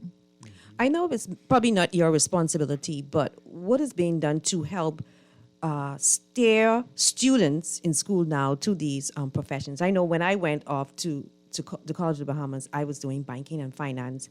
Mm-hmm. And so I went to my advisor, Mrs. Eve Poit, and I told her I wanted to go off to school to do banking. And she said, you don't want to go off to school to do banking, do finance. Mm-hmm. Right? And so advice, and I did that. I went off to university, did finance, and then I took my CFA exams and got my designation. So what is being done in the schools? Because a lot of them may not even know about these various career paths to pursue. How can you help them? And I'm really seeing very informed guidance counselors who are working to inform students of the choices and all of the things that are available out there. I'm so impressed with the calls we get from the guidance counselors at various schools who are really in the know, and they keep their students. So you're seeing really, really active guidance counseling. We also, reach out to schools to talk about our programs and the options that are available for students. And then in our focus program, which is we take students from the end of their 4th grade to 12th grade from the public school system, and we work with them over 8 years. And our process, we provide quite a bit of guidance in terms of career counseling and options for colleges as well, to help them along the way. So I think, we're seeing a lot more effort being put into guidance counseling and to college counseling as well. And there's a lot of college shows and fairs that are available. And I think in this pandemic with Zoom, you're able to have access to so much more right now at your fingertips through Zoom. Yeah. On Pam's point, okay, so that's great, the guidance counselors, but parents and the country, are we doing enough to promote where we do have shortfalls and shortages and what we need to work on? Well, we certainly, I think, you look at where the skills are needed. I think that's why Life for Key really Foundations has been at the forefront of technical skills. We listen to the employers, Chamber of Commerce, studies on skills gaps. And so, we really try to promote and have available every year a menu of technical scholarships for students. And so we've been really grateful to have, said 4 new scholarships in addition to what we currently offer for technical skills. We also have 4 new scholarships for students who have completed the UB, University of the Bahamas, and now seeking to pursue graduate studies. And so, students who would have finished locally and now want to go off and pursue graduate degrees. We know it's often difficult to get graduate degree funding. And so, we're delighted to offer additional scholarships there as well. But really, it's just about, for us at Life for Key Foundations, keeping an ear in terms of what's needed and adapting as necessary. So how many scholarships in total will you be awarding this year? Well, we're still looking at what we have, but traditionally we support in any given year between 20 and 30 students. Wow. And then we have continuing students as well. Yeah, that's awesome. Getting a text here. Someone says, are you offering any scholarships for PhD programs? What can you tell us about that? We do. And that's part of the graduate program. And so, we have scholarship opportunities. Really, you would just go on to the portal. There's an eligibility section where you put in some basics about what you're studying. And then from that eligibility quiz, you'll see the types of scholarships that you may be eligible for and then invited to go on to stage 2 to apply for. And they're asking, will a PhD in sports psychology qualify? It might. It all depends on how you want to use that. So, we have students who are studying a wide range of subjects. And so we wanted to know from you, and so that's why that essay will really come into it. How are you going to use that? How are you going to help with national development and support the Bahamas in the grand scheme of things? All right, so we have a few minutes left, but tell us about the screening process and how that works, and a little more. You talked about the essay and that being powerful, and explain what you want to do with your degree, but tell us a little more about that. Yes, so we have assembled teams of experts in each of the disciplines. So we have the academic side, we have for our specialty arts areas, we have people from that world, we have technical and vocational persons with those types of skills. So we have screening committees, and they're drawn from the community. They're drawn from academia. They're drawn from, past scholars as well, who work independent screening of applications. And so when you put your information into the portal, rest assured that there is an independent group of individuals, of professionals, who are looking through those applications to screen for the eventual persons who will be awarded the scholarship. And with the portal opening up tomorrow, what are some of the deadlines? What do people need to keep in mind? And what should they be doing now if they are interested in obtaining a scholarship? Yes, so you have a good window. Stage 1 goes on to March 15th, and it's really a short process. I would say less than half an hour reporting burden in order to fill out those forms. You after you go to stage 2, that's when you begin to upload your information, like your acceptances and your GCSE results, certificates that you have, those types of things. So it's all available for you to be uploading on a portal, so you can do it from the comforts of your home. There's no paper involved, nothing to mail into us. And so really it's just about gathering all of the information, writing those essays in order to highlight yourself, highlight what you intend to do, why you chose what you chose. But it's all available through our portal. Yeah. And you definitely have to be accepted into a program first? Yes. Yes. So you will have your acceptances first, and that's a great thing that you choose where you want to go, you choose the major you want to do, and then you come to us so that we can hopefully match you with a scholarship. Yeah. I'm not sure I understand this question, but perhaps you Maybe they're asking about online schools. Okay, they're asking, do you support scholarships via online? I was told no at one point. No. It's for now. We know that some schools are online, but it's the scholarship is for schools that are normally face to face, and most schools are now getting back face to face now. So our students are going off. And you said you are awarding 4 scholarships for persons who have attended and completed their course at BTVI. And Yes. what are the subject areas will you award those scholarships? It's open. So we just want to know that you have started your work and successfully completed your certificate or whatever you've done at BTVI, and now you're pursuing training abroad to complete a bachelor's degree abroad. Okay. All right. This is great stuff. Any final words of advice, tips that you want to give to people listening out there about this? This is a very exciting day. The portal opening up tomorrow. What do you say, Dr. Nicola Virgil? Encourage people to apply. I think that we have lots of opportunities available. If you were not successful before and you still have hopes of going on to college, apply again. You never know what can happen. And we are all just doing this really to help with we believe that education is fundamental to a strong country and to a peaceful country as well. And so we're encouraging students to apply to seek higher education. Yep. One question came in really quick here. Do you offer scholarships for graduate programs at UB? Work with the University of the Bahamas in terms of a grant that we give them on an annual basis. And so through that, UB apportions those funds for scholarships. And so we continue to work with UB to have in the past supported UB in that way in terms of a grant for scholarships. Yep. And a lot of late questions coming in. Someone says, if you are a Bahamian, but you finished high school in abroad and you don't have BJCs and BGCSEs, what does that affect what you can, whether you can we get look a at you scholarship? as a whole person. Yes, we look at you as a whole person.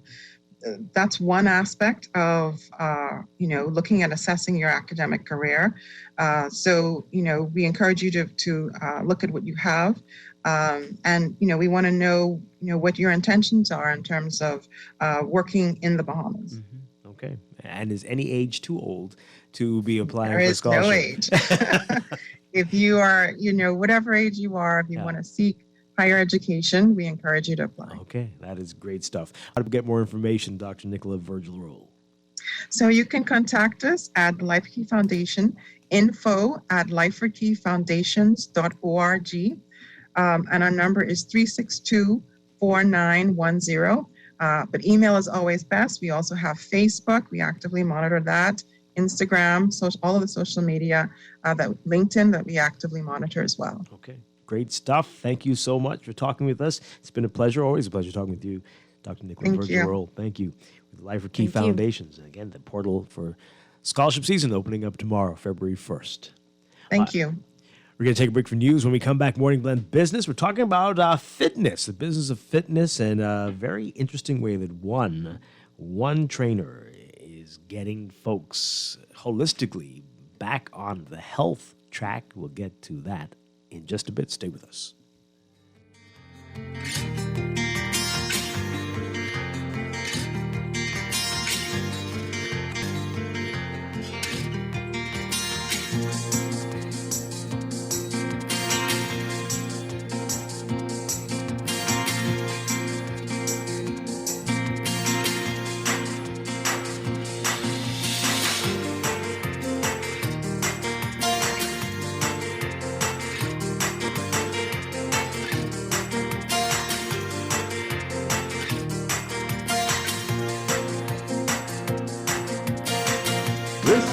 Guardian Radio 96.9 FM, Nassau, Bahamas. This is Guardian Radio, your station for up-to-the-minute news, intelligent, interactive, and engaging conversation. 96.9 FM. The views and opinions of the hosts and guests are their own and do not necessarily reflect the position of the management and staff of Guardian Network. Wake up, it's a new day.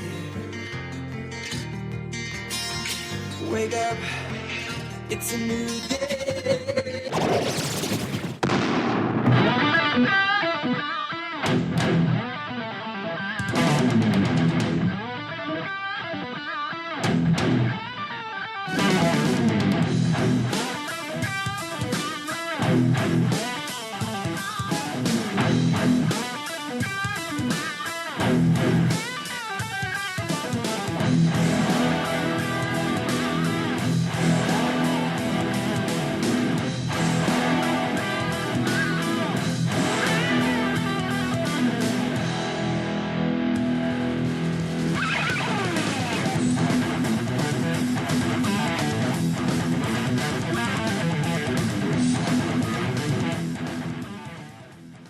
Good morning and welcome to Morning Blend Business on this Monday, January 31st, 2022. Welcome back to our Morning Blend listeners. Once again, I'm Dwight Strachan along with Pamela Musgrove. And this morning we are talking about fitness, the business of fitness, and some very innovative programs by our guest. Bodies by Clark is the name of his company, and he's Demetrius Clark. Sir, great to have you. Welcome to Morning Blend Business. Thank you. Good morning. Let's get your mic.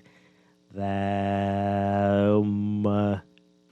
there we go. You could have me? Yeah, a little bit better. Yes, there we go. Okay, there we go. Great. Good morning. Great to have you with us. Am I speaking too soft for you guys? No. We're just trying to adjust the mic there. All right. So, welcome. Great to have you with us. It's great being here. All right. So, tell us about the company. Tell us about Bodies by Clark. How long have you been doing this now? Okay, well, Bodies by Clark is a company that has been in existence for about 3 years. My slogan is all science, no BS, where we focus mainly on fitness and nutrition and doing it the scientific way so you can get the results. Mm-hmm. Okay, all right. So let's talk about the business of fitness and how it's been. We know the pandemic was rough. How that's been over the past 2 years and what's changed? Well, actually, over the past 2 years, in 2020, it was really rough. But when the restrictions started to die down, I did residential services, which I still have now, where I go to clients' home and I train them in the comfort of their homes. And from there, when the gyms opened back up, everybody wanted to get fit, get rid of that COVID weight. Yeah. And everything just went back to the way it was. So it's going back. It's going back. January was a bit of an off start, but I kind of understood why. But other than that, yes, everything is starting to pick back up. Mm-hmm. Now, you have a different approach, holistic it seems, many different angles you come at this in terms of diet and the fitness, and even mentally and spiritually it seems. How important is all of that to see it from that perspective? Well, it's very important. This is why I do something called Mental Wellness Mondays. Healthy Tip Tuesdays and things like that. Especially with Mental Wellness Monday, you need to approach fitness sometimes from a psychological aspect. That's because you want to have a mindset that I'm going to win. Because some people start and then after a while they give up and they stop. But if I constantly let you notice whatever connects you mentally will also be in the physical, and the physical connects the mental and spiritual and so forth and so on. Do people get it? Some people get it, and some people are a work in progress, including myself, because sometimes I'm hard on myself than anybody else, but I get it done, and they get it done. Yeah. So what are some of the secrets to getting it, to understanding that this is not just every day in the gym, that it's going to take a lot of other things, other factors coming together? Okay. Well, 3 things I always tell my clients or anybody who trains with me. We need to look at something that you can sustain. There goes your diet. Then we got to look at you being patient with yourself. And once you have done that, the next thing to do is just wait on the results. Now, to sustain your diet is the most important thing.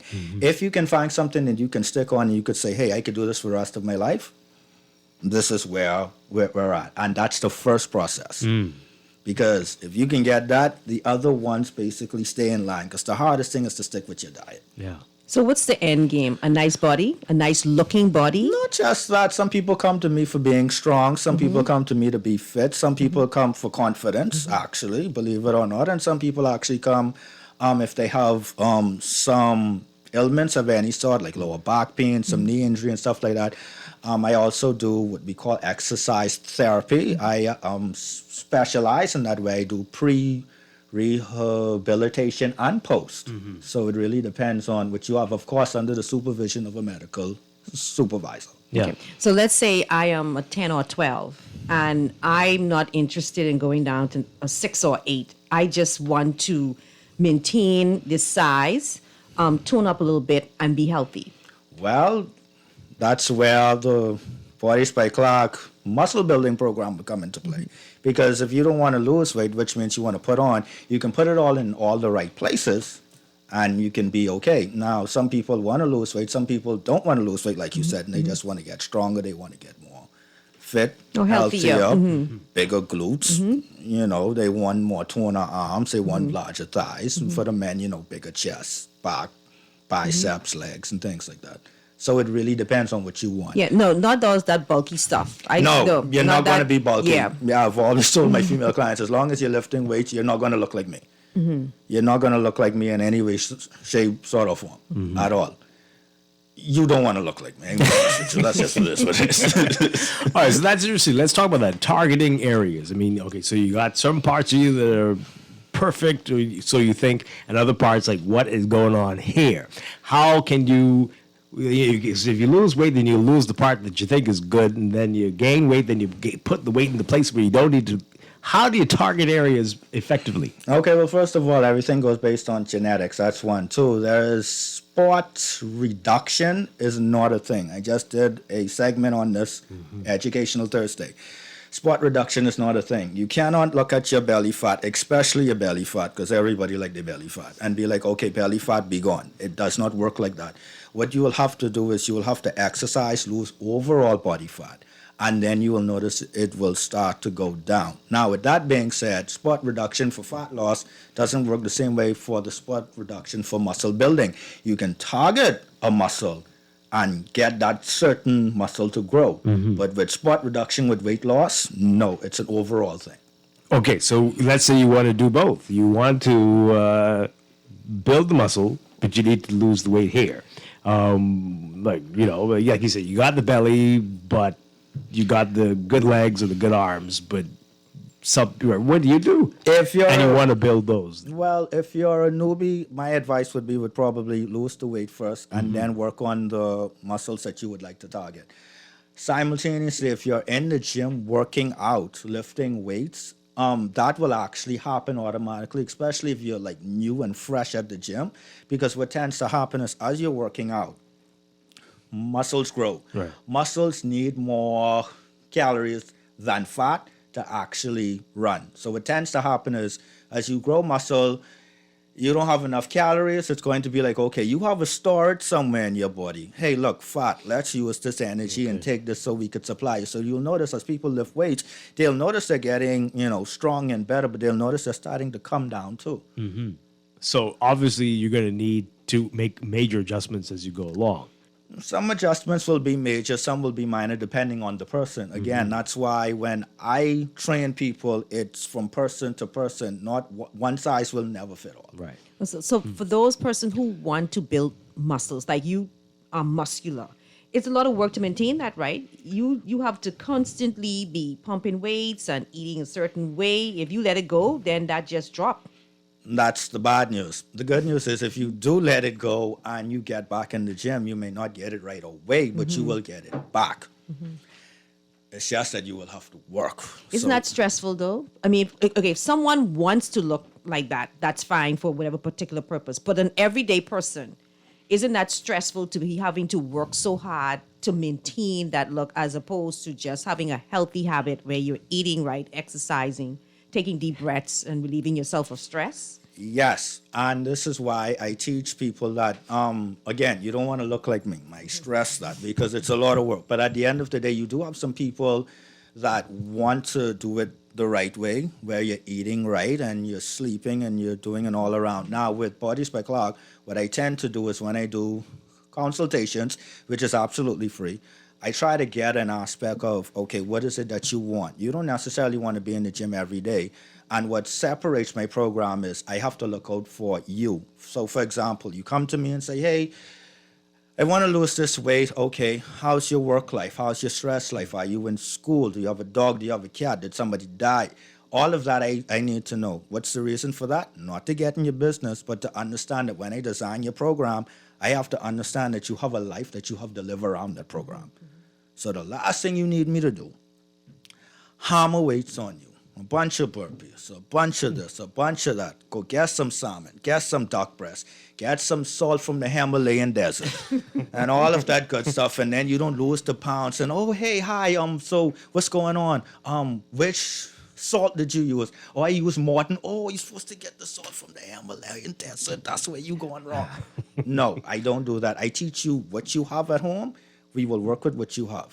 Mm-hmm. Yeah. All right, I so think that's interesting. that's good, because a lot of times you hear people talk about, healthy weight, and they give you these things that are not readily available. Like you have to drink alkaline water and you can't just drink the regular water. It's too stressful. I think that will put on weight on you when you have to look to find these things, when you want to use things that you have to build a healthy life. Yeah.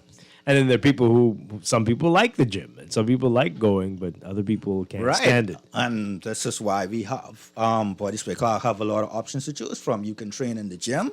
I have a gym training program. I have a residential training program. I even have an app where you don't have to see me, but you and I can actually work out on the app together. I set up everything for you. You can work out at the convenience of your time. If you're in a gym where I'm not, which is at Empire Fitness, located in Seagrave Shopping Plaza, that's the gym that I go and train most of my clients. And you might have another gym, but you want me as a trainer. So the Bodies by Clark app can actually do that. Definitely do that. And if you're home, I have a home workout that's just suited for you. And of course, we have a consultation first, and I set up everything on the app. So again, even the app is like a fitness trainer in the palm of your hand. It's not a one-size-fits-all. All right. So many questions here. All right. So you're talking about the personal training. You work out at Empire. So are you working out with the person solo, or are you doing many different clients at the same time? Well, personal training is one-on-one. Group sessions are available upon request. And also, what I tend to do is, depending on what time you come, we train. Everything is basically solo. It's always one-on-one. I always have to gear to that. Reason being is because there's three things that I always look at. Safety first. You have to make sure that the client is safe, the gym is safe and everything. Then your health. Because if you're not safe, then you wouldn't be healthy. And then rather than you worrying about what broccoli to get from the food store, you're more focused on your lower back because it's straining, because we didn't do proper technique. Right. So it's safety first, health, and then what I call your demise. Your demise will consist of you working, but at the end of the day, getting the results that you want. Okay. And that's how I handle that. So what advice would you give to persons like me who want to have an ongoing healthy lifestyle, but don't do the gym and don't do personal trainers? What advice would you give to those persons who out there like me? Well, my advice, if it's working for you, continue to let it work for you. But if you want an expert, then you could then go ahead and move from point A to point B. Because I've always learned that at the end of the day, everybody can do this on their own. That's no problem. And that's why my consultations are free, because I could tell you what to do. And if you don't want me, you can try another trainer. People like Purple Star Fitness, TK the brand. You got Jomar, who is actually at my gym as well, who is another endorsed trainer by Empire Fitness, Authentic Fitness. You have so many people out there. I may not be the one for you. You could probably go to somebody else. But if you do not want a trainer and you just want to live an overall healthy lifestyle, find out what works for you. Yes, you can do keto, but can you sustain keto? Yes, you can do intermittent fasting, but can you sustain intermittent fasting? If you want some healthy food, I've partnered up with the Workspace Cafe, Healthy Concept, Keto Cafe, who does an amazing keto crack hunk. Listen, if y'all are keto crack hunk. Exactly. And I reward some of my clients Is for it baked or fried? No. Is it even conch? It's skunk. It's skunk. It's real bad boy skunk. Yes. Okay. All It's right. skunk. All right. So you said a lot. Let's get to this text, and then we're going to take a break and come back. We're going to talk about diet. Yeah, You will have a do. lot on your Facebook page to say about that. I had some interesting things about food. But anyway, this person says, I have a belly that is making me feel uncomfortable. Did I send this text? I mean, keep pulling down my clothes. Annoying fat. And then it seems like when you get older, it gets Stubborn worse. fat eh? is the number one thing that a lot of people So do. liposuction is the way to go. No. No? Oh. Liposuction is not the way to go yet. So what can you do? What were you advise Again, to you cannot do spot reduction. It's an overall body weight. But eventually, if you combine lifting weights with cardio along with your diet, you will definitely see some results. If you want a quick fix, go get lipo. But if you want something that you can sustain over a long period of time and to keep it off, then you would do the holistic approach and get it done. Okay. All right. We're going to talk a lot more about food in just a bit. We're going to take a break and have more with Demetrius Clark with Bodies by Clark here on Morning Blend Business on Guardian Radio 96.9. Stay with us.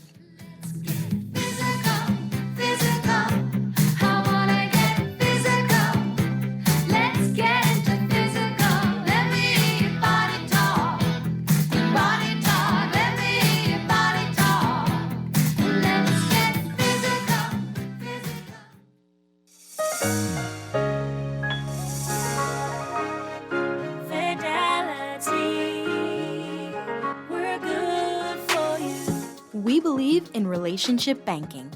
We take pride in getting to know our clients. You have access to knowledgeable, approachable ambassadors and financial coaches so that we can recommend the best product for you. At Fidelity, we care about you. From your financial health to your physical health, we can relate to you because we're just like you. Come and start your relationship banking experience with us today. Visit us online at fidelitygroup.com. Visit any of our branches in Nassau or Grand Bahama, or phone 356-7764 in Nassau, or 352-6676 for Freeport.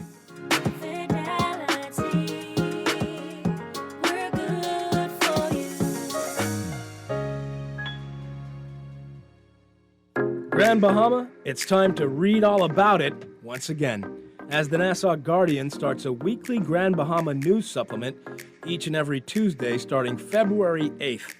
Learn more about advertising opportunities in the Grand Bahama News Supplement by calling Barefoot Marketing at 727-9515 or 827-4578. Grand Bahama, make sure you get your Nassau Guardian daily and grab your Grand Bahama News Supplement each Tuesday to keep up with all the latest Grand Bahama news. Ready to save?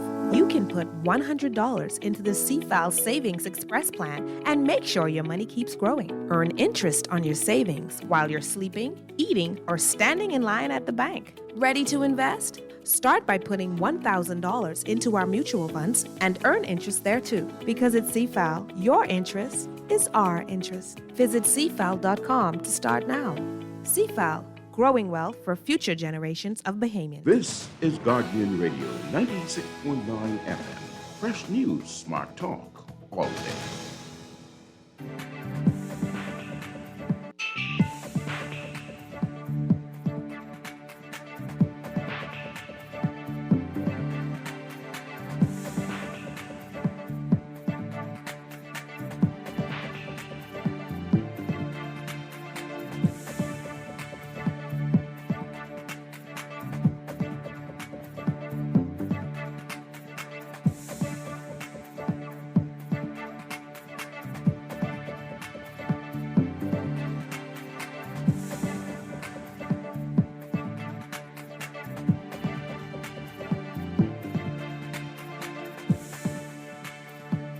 It is time for your morning business report brought to you by CFAL. The government is seeking to slash more than half of the country's fiscal deficit during the next budget year, targeting a total of $415.2 million, or 3.3% of GDP for fiscal year 2022-23. The aggressive plan outlined in the recently published midterm debt management strategy report, which showed the government's plan to reduce the deficit to 0.5% of GDP within the next 3 budget cycles, barring any major external shocks.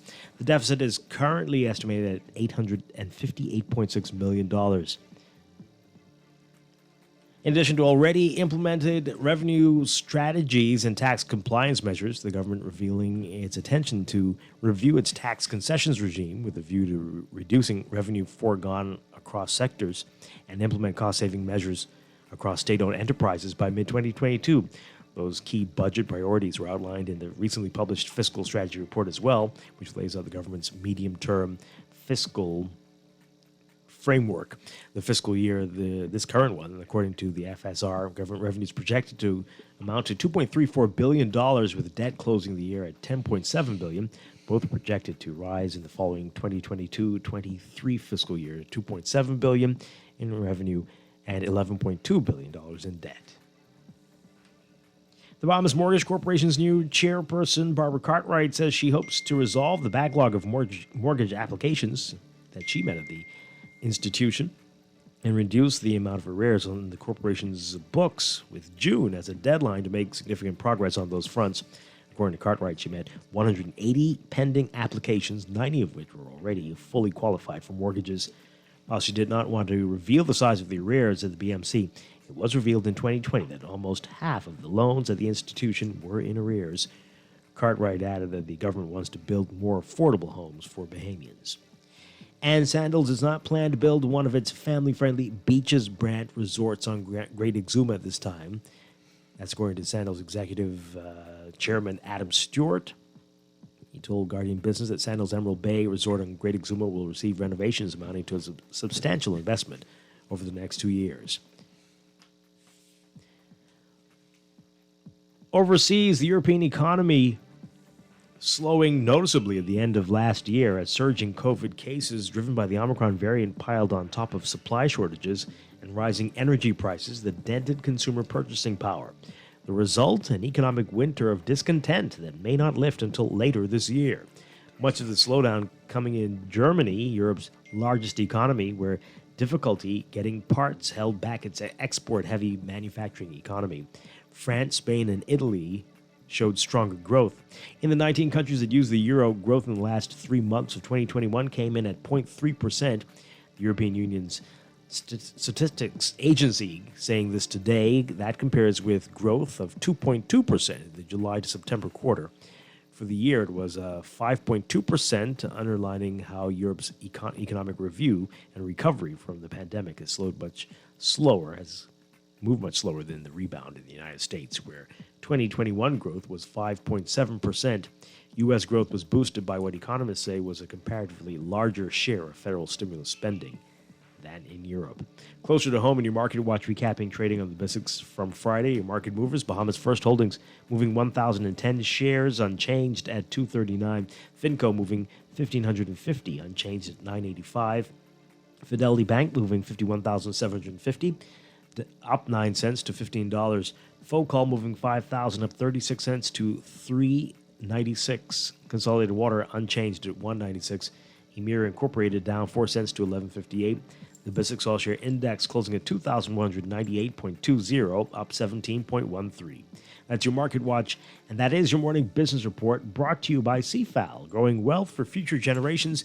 And tune in tonight to CFAL Talks right here on Guardian Radio at 6:30 p.m.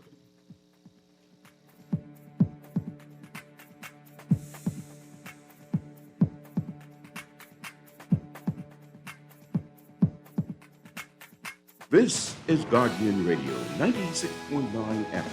Fresh news, smart talk, all day.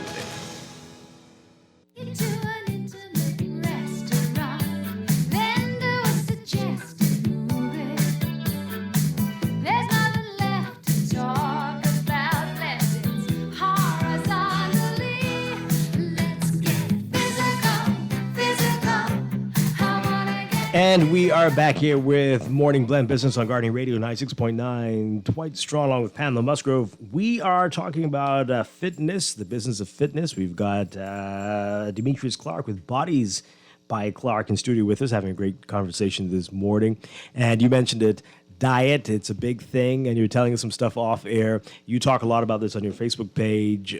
Food, we know Bahamians have a very interesting relationship with food. Food is love. Yes, it is. Food It is is. food is Every life. bit of it. Life Every bit of it. to many people, and this is really setting people back on their fitness journeys. But you seem to suggest that we have the understanding and the relationship with food is getting warped maybe by conflicting messages about fitness. And you were talking about this calories off air, and for many years I was on a 0-calorie kick. I mean, I gotta find anything with no calories. That is no that's such not thing. good. That's not a thing. There's no okay. 0 Something has calorie. calories. Water. Just drink water. What, so you tell me that when the people say it's got 1 or 2 or What 3. they're trying to say, it's more calorie dense than something else, but 0 calories, no. Oh, wow. Everything has a calorie. Okay, in it, let's talk because about calorie is a measurement of energy from food. So any food that you eat, it can get converted into energy. So no. So don't even look for food that has 0 claims- calories. It's virtually impossible. That's not true. Wow. All right. So what about low calories? I mean, it should be Low calorie, yes, high calorie and all of that. But if it says 0, it has something in it that you need or that you can use, even if you don't need it. Yeah. Okay. All right. So let's talk more about that and diet and how important this is in achieving the goals you want. Well, basically, it's like this. What I always teach my clients is calories in, calories out. The calories that you put in, you need to expel. If you want to lose weight, calories in, calories out. You want to put on weight, calories in, calories kind of stay in, but still go out through muscle building. I always also tell my clients there's no such thing as good calories and bad calories. We don't moralize it, because what tends to happen is you begin to have an unhealthy relationship with food, and that is something that we do not want you to have. Yeah. Because once you start stressing over that, it leads over to stress eating, which leads over to, hey, I had this pizza, I had this one slice, I feel bad, but the box right there, so I just might as well eat the whole thing. Versus, hey, I had a slice of pizza, it still fits my calorie, I still can move on, I'm good. Put it up, move on. Okay, this is my view on it, and I want you to tell me from an expert if my view of it is wrong, right? sure. So let's just say an average person caloric intake is 2,000, right? 2,000 to maintain your weight, Standard. right? And let's say you ate in that day 3,000 for the calories from your meals, breakfast, lunch, dinner, snacks, and all of that. If you don't exercise to burn off that 1,000, you're going to put on weight. If you exercise to burn off 1,500, you're going to generally lose weight. If you are in a 2,000 calorie maintenance and you decided to eat, or for that one day, right? I'm just saying, yeah, just hypothetically. Okay, so for that one day, you had all of your meal prep from Healthy Concept. No, you're not healthy. You just living life. I'm just giving you an example. You had your meal prep. You did what you needed to do. You're at 2,000. For some reason, a friend of yours, hey, I going through something. Man break my heart, red woman break my heart, whatever it is. You having wine, calories from wine is different. Hey, let's get some KFC, let's get some pizza. When you look, you check your calorie app. Okay, you're over 3,500. The question is, will you put on weight that day? The answer may be yes and no. It may be yes because you were over 1,000, maybe over 1,500. The majority that just may have been water. And also you have to realize that it's not going to work within a day. Yes, there are things that you can do where you can put on a pound of fat within a day. But sometimes it really doesn't work like that. I'm thinking over time. If you are just eating more than your average caloric intake on a consistent method, not exercising to burn that calorie off, you're going to put the weight on. That's an absolute yes. Okay, that's what I wanted. I don't even think I need to go to any scientific No, but you'll literature be surprised how many people don't understand that concept or even know what average caloric intake they should take in a day to maintain if they don't wish to exercise. Well, there are a few things. Well, if you're at maintenance, then yes, you need to know what your average is. If you haven't hired somebody like me or any other trainer that knows about nutrition, There are apps out there. You can go on Google. I think it's tdee.com. You can actually calculate your own estimation of what your calories should be within maintenance, and you could just go from there. Now, how you're going to maintain that, whether it's through protein, carbohydrates, and fats. If you're some people just go based on calories. Okay, my calories is 2,000. Once I hit 2,000, I'm good. Some people say, okay, I want most of my calories from fats if you're doing keto. I want most of my calories from protein, if you want to probably share it. And I want most of my calories from carbohydrates because, I like carbs. Yeah. So it really depends. Wow. Okay, so I want to talk to you about the different, all these, you mentioned keto earlier, the different fad diets out there and what works and what doesn't work. But let's take this call first and then we'll get to that. Good. Oh, okay. Call us back. Caller 323-6232, 325-4316, 325-4259. Tweet us, Facebook us, text us 422-4796. All right, so so many different diets over the years. Keto, people are fasting, people are eating one piece of toast for the whole day, grapefruit, But the military this or that. diet, right? All manner of things out there. My goodness gracious! And every year it's something new. It's been saturated. But is there anything out there that you kind of lean towards that this actually works, or is it for me or for people in general? Okay, on Healthy Tip Tuesdays on my Facebook page, Body Spy Clark, and Instagram, I did a series on the majority of the diets, the pros, the cons, Right. and why it works. Yeah. All of them work. Wow. Because they operate on one principle. You're in a calorie deficit. Uh-huh. You're doing keto, you're removing a chunk of carbohydrates from your diet. You're doing intermittent fasting, you're only eating within a certain amount of window, and those calories need to be within that window. Yeah. If you're doing vegetarian, vegan, you're moving a chunk of meat from your diet, which Right. is results in a calorie deficit. Mm-hmm. Some people cannot sustain. Like for me, I like, and everybody knows me who knows me very well, I like flexible dieting. I like to eat what I want, but not how I want it. So if you see me on bamboo line, don't bother me. Let me be. Right. So And that- that once in a while, No, but that's fine, I right? like that because I think it can be stressful trying to follow these diets. I think you just have to. My philosophy, I enjoy what I like, but I just do it in moderation. Like I'm not gonna eat a whole slice of cheesecake for lunch and then I thought you were going to say whole. No, slice. cheesecake. What's wrong with a slice? You know what I'm saying? I'm not gonna do that and then go out at night to a birthday party and then eat another slice of cake like that. I think things ought to be done in moderation. And not just in moderation, I would say you have to plan around it too. Flexible dieting for me works because if I have a outing to go to, or me and the wife have someplace to go to, or me and my little girl and she has something to do, then I know, okay, I can plan in advance. These are the calories that I could eat right now, and then the remainder will probably go to dinner or the outing that I need to go to. So that's why it works for me. The downside of that is the pros of my flexible dieting is that there's a trade-off on that too. Sometimes, as a personal trainer, and I'm saying this live on air, I actually forget to eat vegetables. Because Wow. flexible dieting allows me to get my calories within whatever food I want. So sometimes I've learned now to diverse and say, okay, if I'm eating 5 to 6 meals, 3 of those meals will be whatever I want. The other 3 still has to go towards health, nutrition, and how my body is going to basically stabilize during the day. I do not like broccoli. I don't tell people that. Me and broccoli have a love-hate relationship. Cauliflower, there's green beans. Is that better? That's you not just better. do like vegetables. That's it. Wait, so how does this work? How do you skip vegetables in the day? No, see, the reason why I have a love-hate relationship with broccoli because I competed in the men's physique bodybuilding 2019 and I won. I won nationals and I won novice. The last 4 to 6 weeks of my diet was just basically chicken breast, asparagus, and broccoli. Oh dear.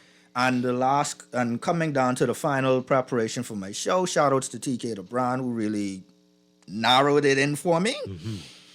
I had a burger, calmed myself down, filled out, and as a result, I ended up winning. But when I was getting back to a regular scheduled program, I used to walk past that broccoli with a scowl on my face. I'm sorry, I can't. I mean, now we're okay. Right. I hug it from time to time, Yeah, but well, okay.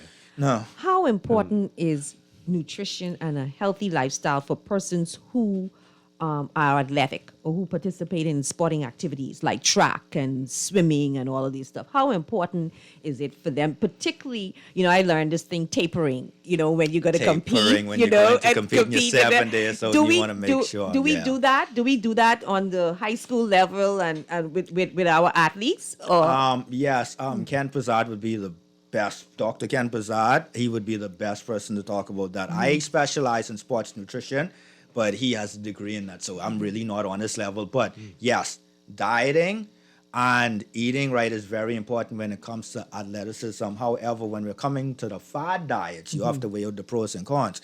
Example, keto cannot work for a bodybuilder because you need carbs to get through your workout. And if you're on fats, to balance it off, you're putting in fats, but you're also storing fats. So you have to be a bit careful. Intermittent fasting cannot work for somebody who's lifting weights because you need to be eating so you can have a protein turnover every about 3 to 4 hours. And if you're waiting until 12 hours to eat for 8, you've already begun the process of losing muscle. So you have to be a bit careful. So all of these things, as a professional, you have to put all of these into consideration when somebody comes to your table and say, this is who I am, this is what I want to do, can this work? You give them the pros, the cons, but you still let them choose because they are human. You mentioned this earlier, vegetarians and vegans. Unfortunately, around here, most of the folks who claim to be vegetarians and vegans are either scrawny looking, like they haven't eaten chicken in many decades, or overweight. It seems. I know there's some people in the middle there, but what's happening there, and can you really be your healthiest as a vegetarian or vegan? Again, Healthy Tip Tuesday, I just did one on vegan, the pros and cons and why it works. Pros, you're eating healthy, most definitely. That's on top. They focus on fruits, vegetables, whole grains, whole wheat, and all of that. The problem is you're probably too strenuous because you're not getting enough protein. Now, keep in mind, plants do not have a complete variety of amino acids, which is the building blocks of building muscle. You can get that mostly from meat. Not saying that you cannot get it from plants, but you will just have to eat more. And the law of calories is just plain and simple. If you're putting in more than you're putting out, you're going to lose weight. You're going to gain weight. If you are putting more in but even more out, you're going to lose weight. Right. So that's what tends to happen with that diet. Yes. Some people go, yes, I'm saving the planet, I'm not eating meat, no problems, and we're good with that. But the bad news, but what I'm wanting to know is, are you going to sustain yourself in the long run where, you probably want to build muscle? And yes, I've had people that have built muscle and actually went on a vegan diet and did an excellent job. But the whole thing is how much of your calories you're going to get out of that. Because there was a big, major controversy about broccoli, my best friend, and steak, whether or not broccoli has the amount of protein as steak. The answer is an absolute no. Right. Because at the end of the day, what I can get out of a pound of steak, I would have to probably get super value to supply me with all that broccoli to get the same amount of protein from that steak. Okay, so the person who's doing the vegan or vegetarian, they're going to have to go hard on supplements. They're going to have to go hard because what is missing from that diet, they're going to have to replace that with a lot of supplements. So you may as well just eat meat occasionally. No, I wouldn't say a lot of supplements, but I would say you'd have to balance it out. Keep in mind, you have some excellent grains out there that I even eat. Quinoa. Right. Beautiful on protein, beautiful on carbs. It's whole really grains. nice once you know how to cook it. Yeah. Yes.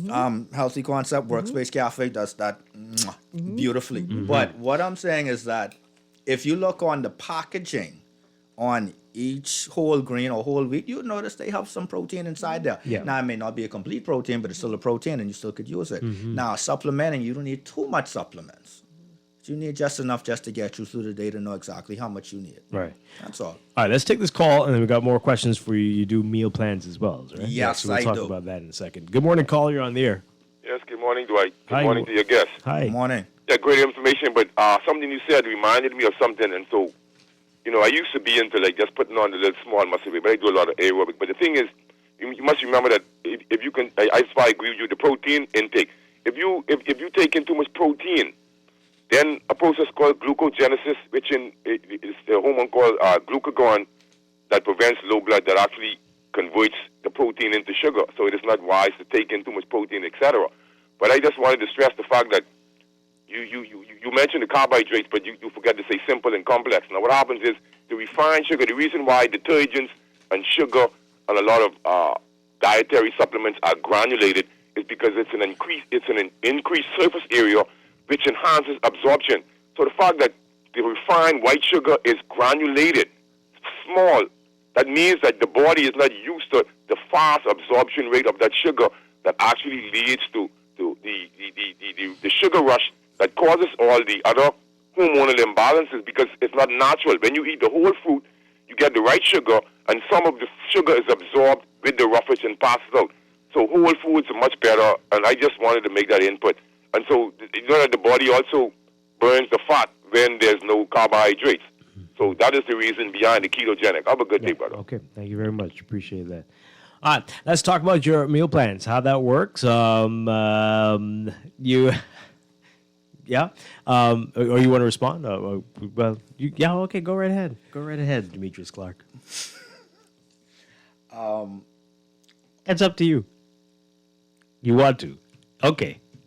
Let's talk about my right. meal Yeah, let's plan, talk about the meal plans. Just get in trouble in this arena. You know, right? Let's talk about different people have different. Anyway, okay. Yeah. Mm-hmm. Tell us about them. There's way too much. Anyway, yeah. So I do have a meal plan which is provided by Healthy Concept and Workspace Cafe. This is where I reward most of my clients. Mm-hmm. So if you want a meal plan and workout program, I have all of that for you. You don't have to think about anything. You just pay me. Payment plans are available, and we get everything done. It's where I think for you when you straight.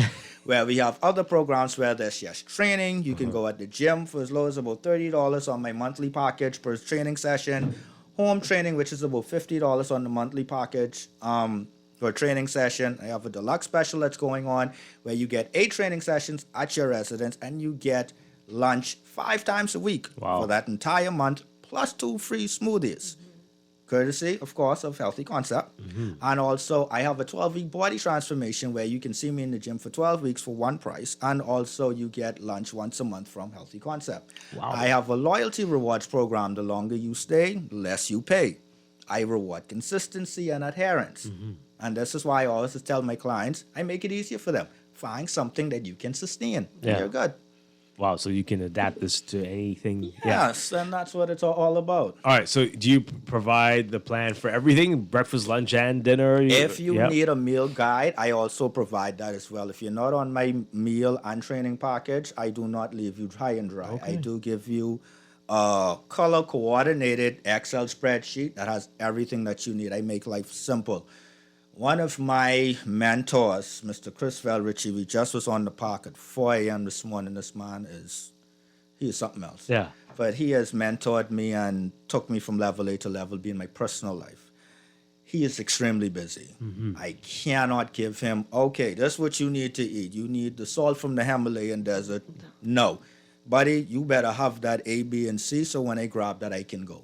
And I deal with majority of people like that, and that's just how it is. Right. Wow. All right. So so people just tell you what they tell you. This is how I want to look, or this is what I need to do, and make me look like this. That's what they do. They give me their fantasy, I give them the reality, Mm. and then we balance it out. How wild do things get when? Oh no, trust me, I've seen and heard some things in my life. Yeah. Somebody said they wanted to lose about 30 pounds in a week. Oh. I was like, I don't name Jesus, but it's fine. Mm-hmm. I have seen In a week. Yeah, because I had the birthday coming up for some reason. So I was like, they no. wanted- Now I do again with all of my segments that I normally do. I always give people the pros and the cons. I am currently on what is known as a mini cut. I lost about a couple amount of pounds within. It's almost ending within the 6 week. You can't extend it longer than 6 weeks because then you'll go on a traditional cut, which is 12 weeks. The trade-off with that is if I'm not careful on eating properly, I can actually double that weight back in the same space as 6 weeks. Yeah. I did it. You mean after you're done? Yeah. I did it so I can prepare myself to put on more muscle because after a while I was on a 3,000 calorie diet, maybe 3,002, and I was eating like 2 to 3 quarter rice like a day. What now? Yeah, right, because I wanted the muscles. See, that can be deceptive because someone would say, well, they look at you and say, well, I need to go eat 2 or 3 No, pot of rice. no, but you do are not do doing that. something and working Right, real hard to remember get goals. Mhm. You gotta have smart goals. You have to remember. You have to have an end game in mind. Where most people go wrong with muscle building and weight loss is the only end goal they have in mind is I want to get to this number. But the problem is we don't have a plan Right. to continue to stay on that number. We Yeah. just want to get to this number. We get there, we feel good, we take photos, hey, Bodies by Clark, and they wave the banners and all of that. And they do an excellent job. The difference between my people is you can look at any one of them and say he definitely was with him because they will maintain it over Yeah. and over and Wow. over. All right. So we And got, how dangerous is it to look at somebody and say, boy, I want that my body look like that? It's not that dangerous. If you have aspiration, motivation, look like a person is one thing. The question is, are they healthy? Because you do have some people, again, with the flexible dieting thing. I would look good, but I may not. But my Exactly. cholesterol may be high. I may be going towards type 2 diabetes. Right. Which is the irony of this all is because simple carbohydrates and complex carbohydrates are broken down into glucose. It's just that with type 2, type 1, you have to be a bit careful. And that's why with meal planning and all of that, you have to let me know everything about you so we can find the best way to do it. right. And I know an issue for a lot of people is they achieve the weight, they achieve the goals, but afterward maintaining that is boring to maintain them. that right, and this is why sustainability, I will hammer that down for the rest of my life. If you can find a diet that you could say, hey, I could do this for the rest of my life, Yeah. that's step 1 for a journey years to come. So do you transition persons into, like, if you have a goal and you want to lose this in 6 weeks, do you transition them Yes, into yes, a sustainable, healthy lifestyle? My philosophy is 6% of your overall body weight every three months. That will help you to put off the pounds slow, and not only that, it will also gear you up towards more fat loss in the future. For my gainers, it's basically the same thing. Excellent. All right, we got 20 seconds. Remind people how to reach you, all the ways they... Yes, you can reach me, Bodies by Clark, at 812-0829. You mentioned the show that you heard from me. I have a special offer for you, so do not forget that. You could reach me on Facebook, Bodies by Clark, Instagram, Bodies by Clark, TikTok. Some people know me from there. You can definitely reach me on there. But again, 812-0829. Okay, excellent stuff. Demetrius Clark, thank you very much. This is great Thank stuff. you. Great having you. We need to have you back, definitely. Most We definitely. have so much more we could talk about. Bodies by Clark, great stuff, as we said. All right. This is your final look at weather.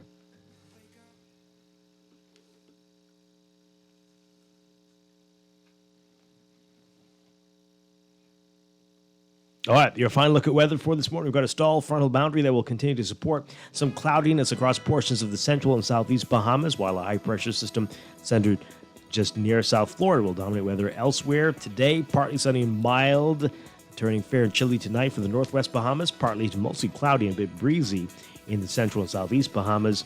Temperatures in the low 70s as highs today, 73 Fahrenheit, 23 Celsius, 63 Fahrenheit, 17 Celsius for your lows tonight. We're going to gradually get warmer over the next few days and breezier between tomorrow and Wednesday. That's your Morning Blend weather check.